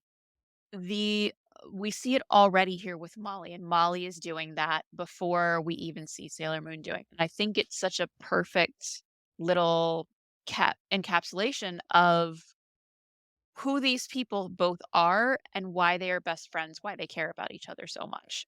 I really love that Molly gets this moment in this arc with Nephrite, and that it is, as much as Nephrite's redemption is in many ways, he is absolutely garbage right up until the moment that he dies and isn't. Especially making him an old man. He's just constantly lying and manipulating Molly in the worst way to try and serve his evil ends. And he does it over and over again. And yet she believes that there is something in him that is good. Like, how unearned it is itself sort of Sailor Moon. And I think that it works within that context. I really like the redemptive power of Molly. And we can talk more about how this ends because Molly isn't Sailor Moon. That arc is going to end differently for Molly than it ever truly does for, I think, for me. Oh, another big difference between DiC and Japanese where DiC leaving something out. The DiC dub never explains why the dark crystal keeps responding to Molly instead of finding the silver crystal. It never, within Nephrite's arc, it never finds the silver crystal, but it keeps finding Molly. Just never explained in the DiC dub. In the Japanese, on 2 different occasions, Nephrite speculates that maybe in addition to being drawn to the silver crystal, it's also drawn to, what did I write down? It also responds to kind hearts or the love of people. So I like your pointing out that this is why Naru and Usagi are best friends, right? And then the text supports that and says she's so full of love and compassion that she reads a false positive for the silver crystal, which is also a huge statement about her character. Oh, huge. It really is. It really is. What a validation for how powerful Molly's personal goodness and empathy is. That it can twig silver crystal levels of the power of hope. Yeah. I mean, good for her. Good for you, Molly. I've seen a lot of fan fiction where she's Sailor Earth. Interesting. I think it was original. Got more seasons in the US. We complete Senshi unit. And so a lot of people did fan in her as Sailor Earth. It was very common in fan art as well. Yeah. Just always like talking about the fun culture I see in Sailor Moon. Yeah. Yeah, it's very cool. I like this episode and this 2-parter. Same. I like All right, it we a lot. recommend this? Yes, I think I recommend this. Strong recommend. Yeah. Yeah. I think it has good focusing on yeah. On to how difficult and stressful it is to have a friend who's making a bad or dangerous decision. And I think the other thing I loved about this episode is when you see Molly getting involved in a dangerous situation in ways that are relatable to teenagers getting involved with darker sides of life that they get drawn into because they have bad influences. Like you see the part where Molly is then sneaking out at night, going behind her mother's back, stealing from her mom to give to her like mysterious manipulative boyfriend, like the degree to which she's now alienating her family and committing minor crimes. I think there's a certain relevance in that. Okay, but going back real quick, Molly's mom, why the hell would you give her the phone if an old man Like a grown-ass man with his radio announcer voice calls at 11 p.m. Can I talk to your teenage daughter? Kid yet? No. No. Not unless calling about her car's extended warranty, dude. Like, what about? It's supposed to indicate that Naru's mom cares about her, but one, she lets him talk to her. She doesn't screen that call whatsoever. 2, Naru runs out and she doesn't chase after. She just stands in the door like, oh, my kid is too fast for me. And then when she's walking down the street looking for Naru, she is strolling at a casual pace. She's unworried. To Usagi. Now, Usagi then books it at high speed. Yeah, but also like mom just I get police in the US not worth going to in a situation like this, but they live in Japan. She didn't go to the police. Like she looked like she was window shopping. Yeah, she didn't seek help from an authority at all. She very, didn't, very concerned about the quality of Naru's sole parental figure here. Yeah. And they don't even have the same accent.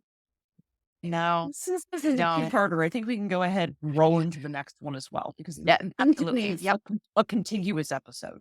Yep. Let me see. Ooh, a friend in wolf's clothing. And the Japanese title is Naru's Tears, Nephrite Dies for Love. Damn, tell me the end. Again, the Japanese title just given away. Naru's Tears, Nephrite fucking bites it. Every time I'm going to put name fucking bites it. Bites it. This is what we had with the site too. Yeah, and when we get to stars, you're going to have to be like, Uranus and Neptune, fucking bite it. Fucking bite it. Yep. But that's what's gonna happen. YouTube's gonna love that. So yeah, I it's catchiest DiC title, but I think It was going for the idea that, like, normally you have a wolf in sheep's clothing, but in this case, it's the reverse of that, where it's like he seems to be an enemy, but it turns out like maybe there was a little bit of good in him at the end. It works. It's not their punchiest, but it's fine. All right, so Naru's here. Naru's really fucking sad. Understandable reasons. She has just had confirmation that the man she's in love with is an evil villain who's trying to kill Tokyo's greatest heroine. She loves him even though he's bad. She knows it. She's real sad about it. Meanwhile, Nephrite sits on his own personal evil general throne, thinking about Molly, wondering why he's thinking about Molly. He realizes then that Sailor Moon said her name. He said Molly. Sailor Moon must know her.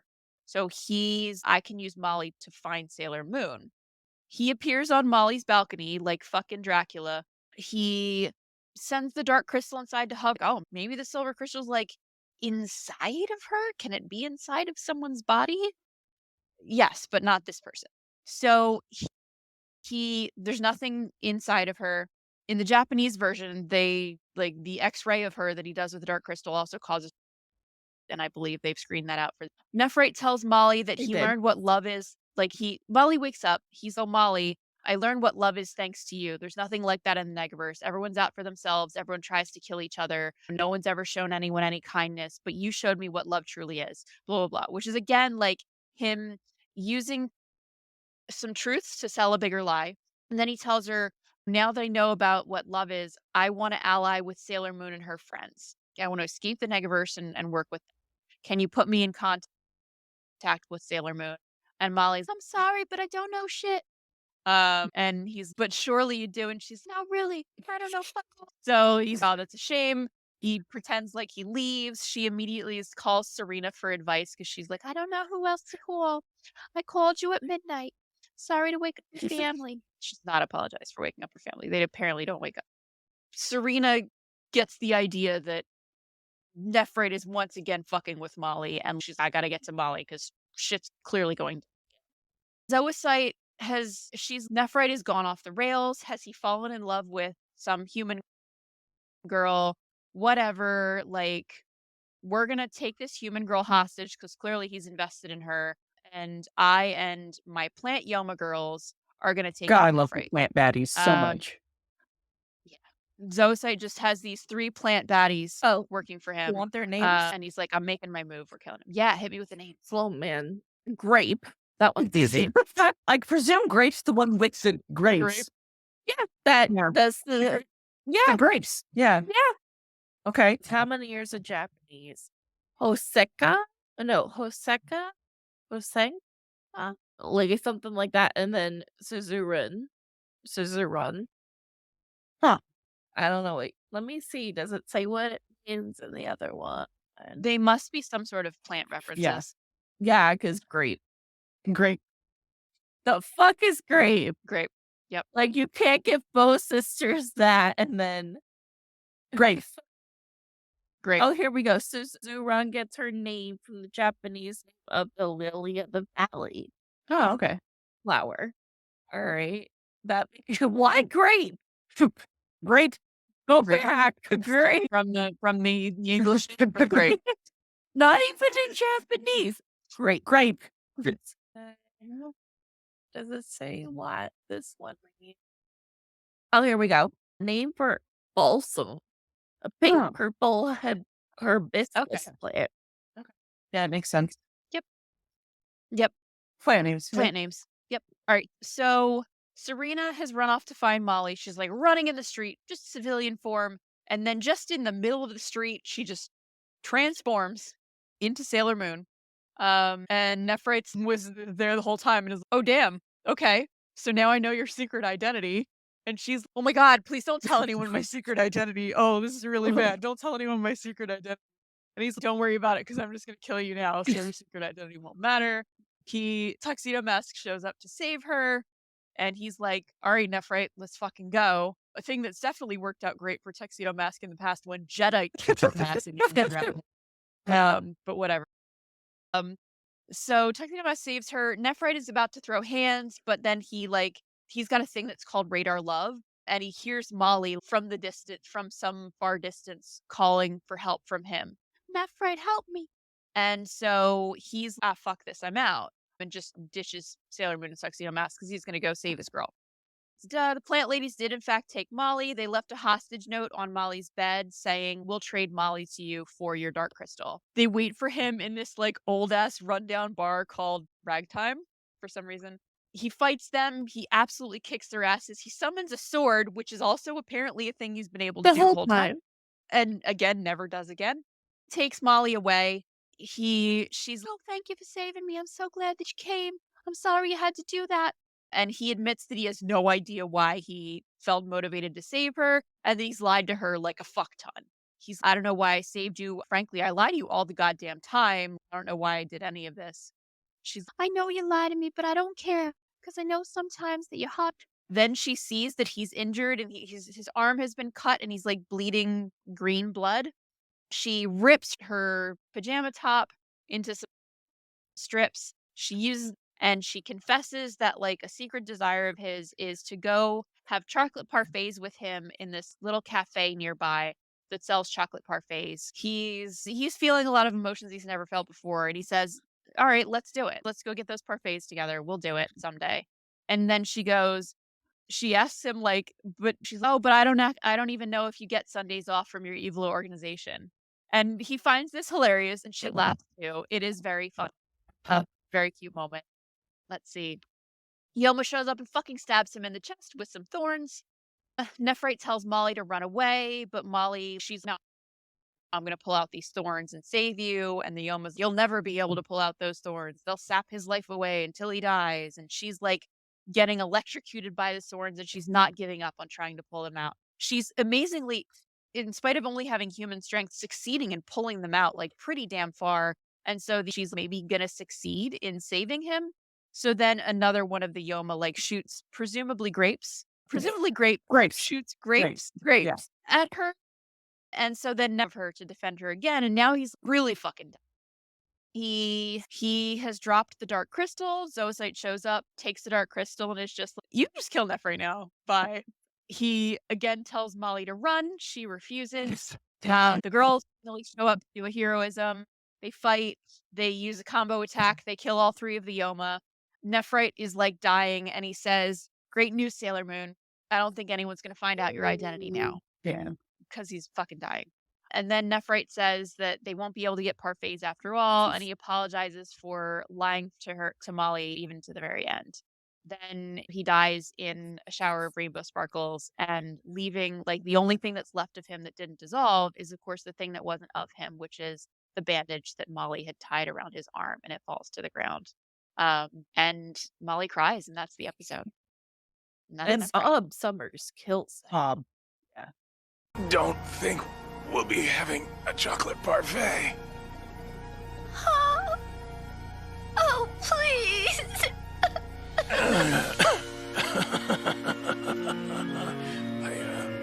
Sorry I lied to you again, but this time I didn't mean to. Forgive me.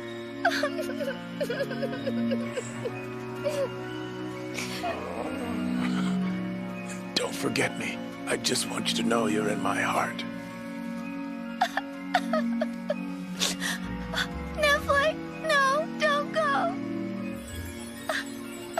We'll get a doctor, and everything will be all right. Nephrite, hang on. I don't want you to go. Nephrite, no, don't leave me.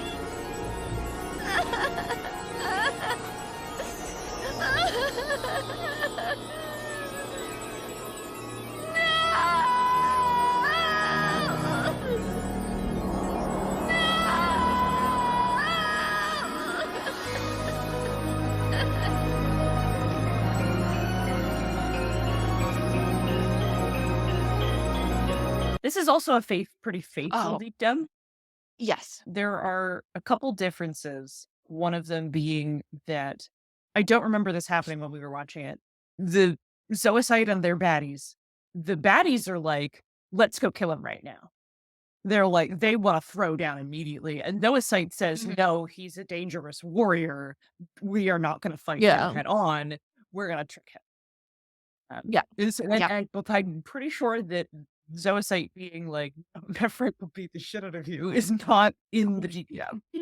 Yeah, Zoe says, no, I like fucking with Nephrite, but that doesn't mean I actually think I can just Yeah. take him out. Yeah. I think and what's implied of their hierarchy, even in the anime, is that the highest ranking of the generals is, of course, Kunzite.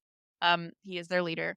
He has both the evil alien epaulets and a cape, and he gets to wear his uniform outside of uniform standards by flapping it open to show a little bit of chest. His cleave. Yep. His cleave, yep. I make the rules. I can. And then the next, it's implied that the next rank down is not Zoisite, even though Zoisite is fucking Kunzite.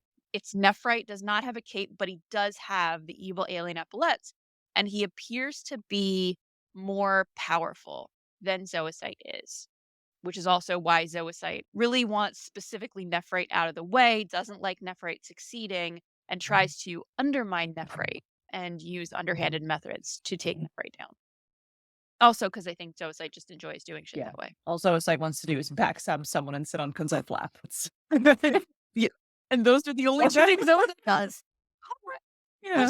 I'm trying to think if there were any other differences that really stood out to me. One of the lines I noticed being cut from the DiC dub was where Zoisite warns the baddies, the planet baddies, not to attack Nephrite head on because he's dangerous. He's a dangerous fighter. He's a legit badass. Yeah. And then when they do take him head on, he doesn't even throw energy or do anything. So he fucking punches them. Yeah. Yep. He punches them, whips out a sword, and I could fuck you up right now. Yeah. Why?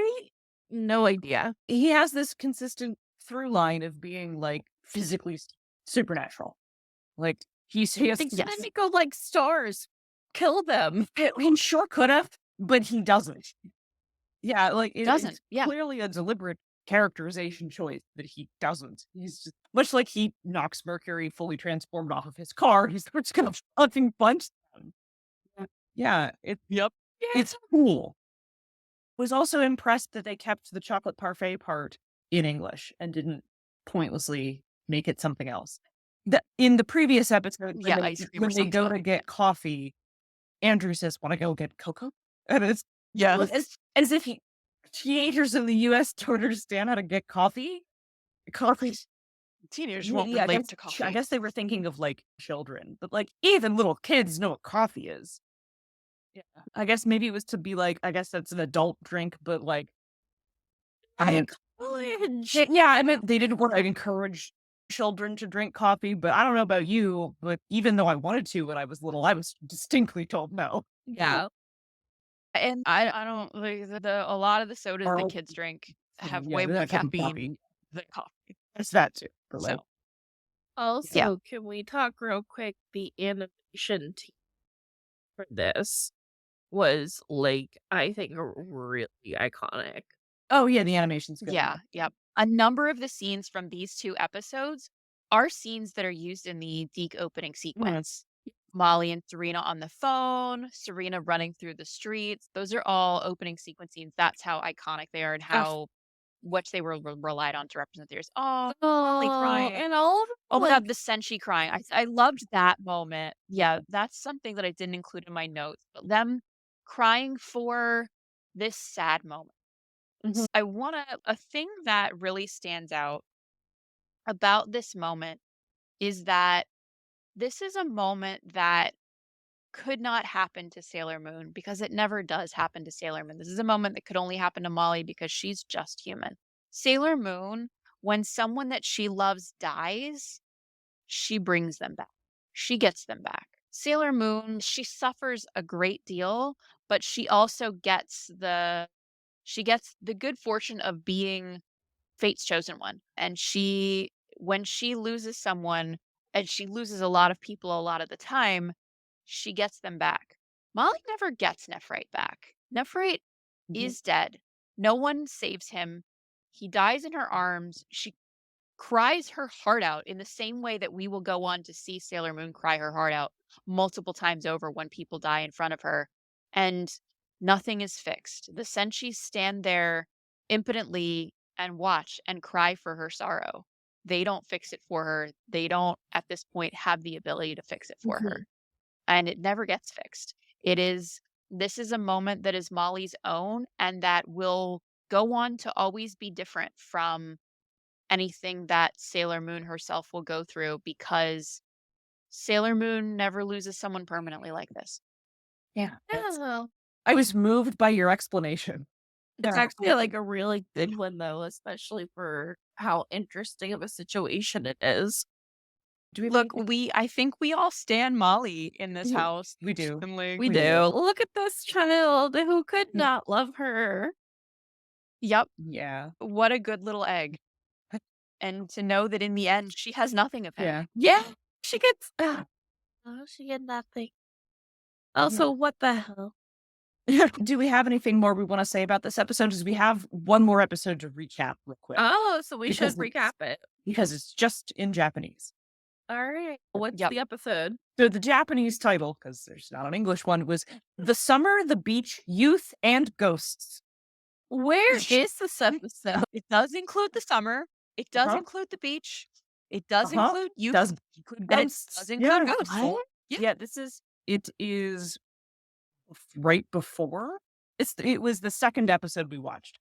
It's right after. It's after Love Letter yeah, from Tux, and it's before- before Yes. Lesbian Animators.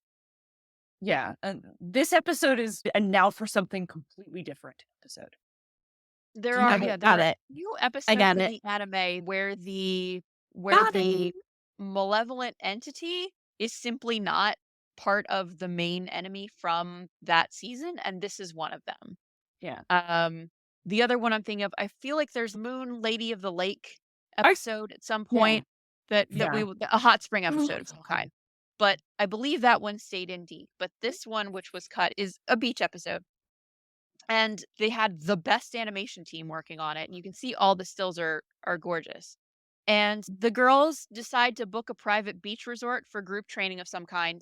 On their way there, they get lost along the way in a thunderstorm because they didn't look up directions first. They get found by this adorable little girl and led to a creepy mansion that is owned by, quote, the Addams family. The mansion's hosts are a vampire lady, Frankenstein's monster, and a werewolf. The little girl, who was very cute, is named Sakiko. Her dad is also there. He looks like a scary Dracula. We find out that Ray chose this resort because it was so cheap. We understand why it was. Usagi is thoroughly creeped out the entire time they're there, but I really like our host's costumes. I think it's cool. Then they see an actual ghost. Ray's, something's fucky about this. I want to investigate. We discover that Dracula Dad has been hypnotizing his daughter Sakiko and made her summon the ghost. The next day, the girls are like enjoying the beach, even though it's so private, there's no hot guys there. Usagi insists that Amy has to take a break from studying and have fun. This is Amy's iconic mini scene with Usagi that will later recur in the Sailor Moon R movie to incredible emotional effect, where Amy's like on the beach and she's still reading, and Usagi's, hey, you have to take a break from studying sometimes and have fun and enjoy life. And then Amy's like, you're right, let's fool around all day. It's very cute. And Ray's like, all right, I'm going to deal with this ghost problem. She puts her talismans on each of the chairs in the dining room so that the ghost won't bother them again. Amy, meanwhile, finds Sakiko, who was like standing on a high cliff watching them enviously. And Amy suggests that if Sakiko's lonely, she should become friends with Usagi because Usagi makes everyone happy. And this is the first time we see that specific sentiment, which again will come to define Usagi, expressed in the series explicitly. Dadkula comes and drags Sakiko away. I started writing it down as Dadkula. Yes. He says that he has to keep training her psychic powers using hypnotism so that she can become the world's leading psychic and show all the people that didn't believe in them. Amy sees this happening and is like investigating. Dadkula makes Sakiko start moving some furniture around the room and being scary. Amy starts interfering. He forces Sakiko to summon a ghost to attack Amy to make her go away. But Sakiko is like very overcome, and the ghost that she summons starts attacking Dadkula instead. The girls see that something is fucky and they all transform. Sailor Moon uses Moon Tiara action on the ghost. It has no effect. It goes right through. Mercury's, I gotta wake up Sakiko. That should dispel the ghost. She wakes up Sakiko. The ghost does not disappear because it's motivated by so much of Sakiko's feelings of frustration about all of this hypnotism shit. Dadula apologizes to Sakiko for what he's done. Sakiko uses her psychic powers to destroy the ghost and save her father. Like, she just uses big psychic powers. She's just very powerful. Dadula admits that he was just as test subjects for Sakiko's power, but he won't do it anymore, and he's sorry that he made Sakiko so sad. And in the end, Sakiko gets to play on the beach with the girls and have lots of fun. And that's the episode. Yep, that's the episode. That's an episode. My one comment on this, because I want to keep it brief, because it's about time to wrap up. But this reminds me of one of the short stories from the manga. Yeah. It really has the energy of one of those where here's a thing that the girls are doing. It's not related to any of the major threats. It is supernatural, and they do have to solve it. Yep. And it's like a little character building, just a little character building. Yeah. I think it's a delightful little episode. I think it's a shame it got cut. It's got, as I said, some great characterization in it. It's a shame that, which is a major Mercury moment, which again will show up in the R movie and shows us for the first time Mercury expressing that notion of who Usagi is at her heart that makes people respond to her. It's a shame that got cut out from DiC because it is quite good. You know what's interesting? And Sorry, go ahead. Go No, ahead. you. I was just gonna say, I imagine the reason that it was cut is for a similar reason as to why the tarot episodes. I think they just were like, this is too much supernatural like bullshit. We don't want people thinking that we're endorsing ghosts. Yeah. That's my suspicion. Why else would you cut it?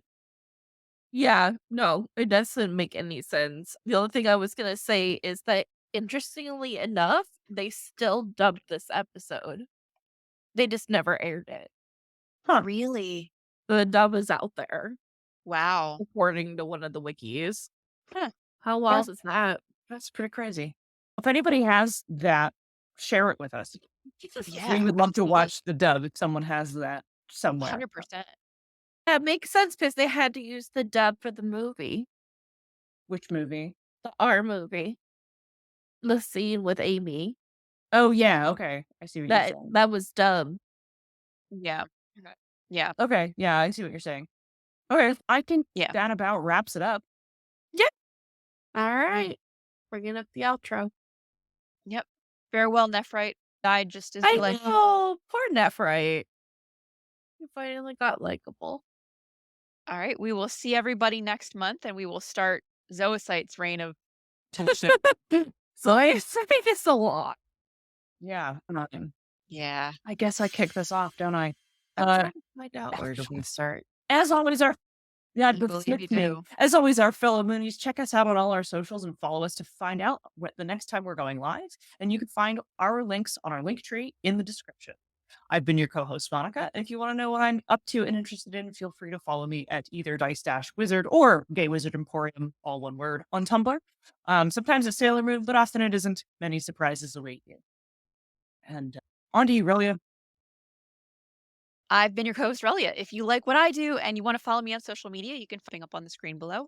If you want to follow my cosplay adventures, you can find me on Instagram at Relia Lacadamon. Or if you want to follow my artwork, I'm on Twitter at Shazari, on Tumblr at Art Crystals, and on Blue Sky as Relia. Thank you, as always, for supporting their show, and stay tuned to find out when we're going live next month so that we can dive into Zoocyte's nastiness. And as always, I've been your host, Michi. You can find my personal socials at MEW21 across the web. Some a little different. I have them on the screen. For our parent show, Eternal Mooncast, you can find previous episodes of our show on YouTube, as well as the show on YouTube. This episode will be coming out not this Monday, but the following Monday for YouTube at 7 p.m. Eastern. We appreciate any likes, comments, follows, or however you'd like to support our show in your own way. All right, everybody, we appreciate you being here tonight. See you next month. Good night. Bye. Bye.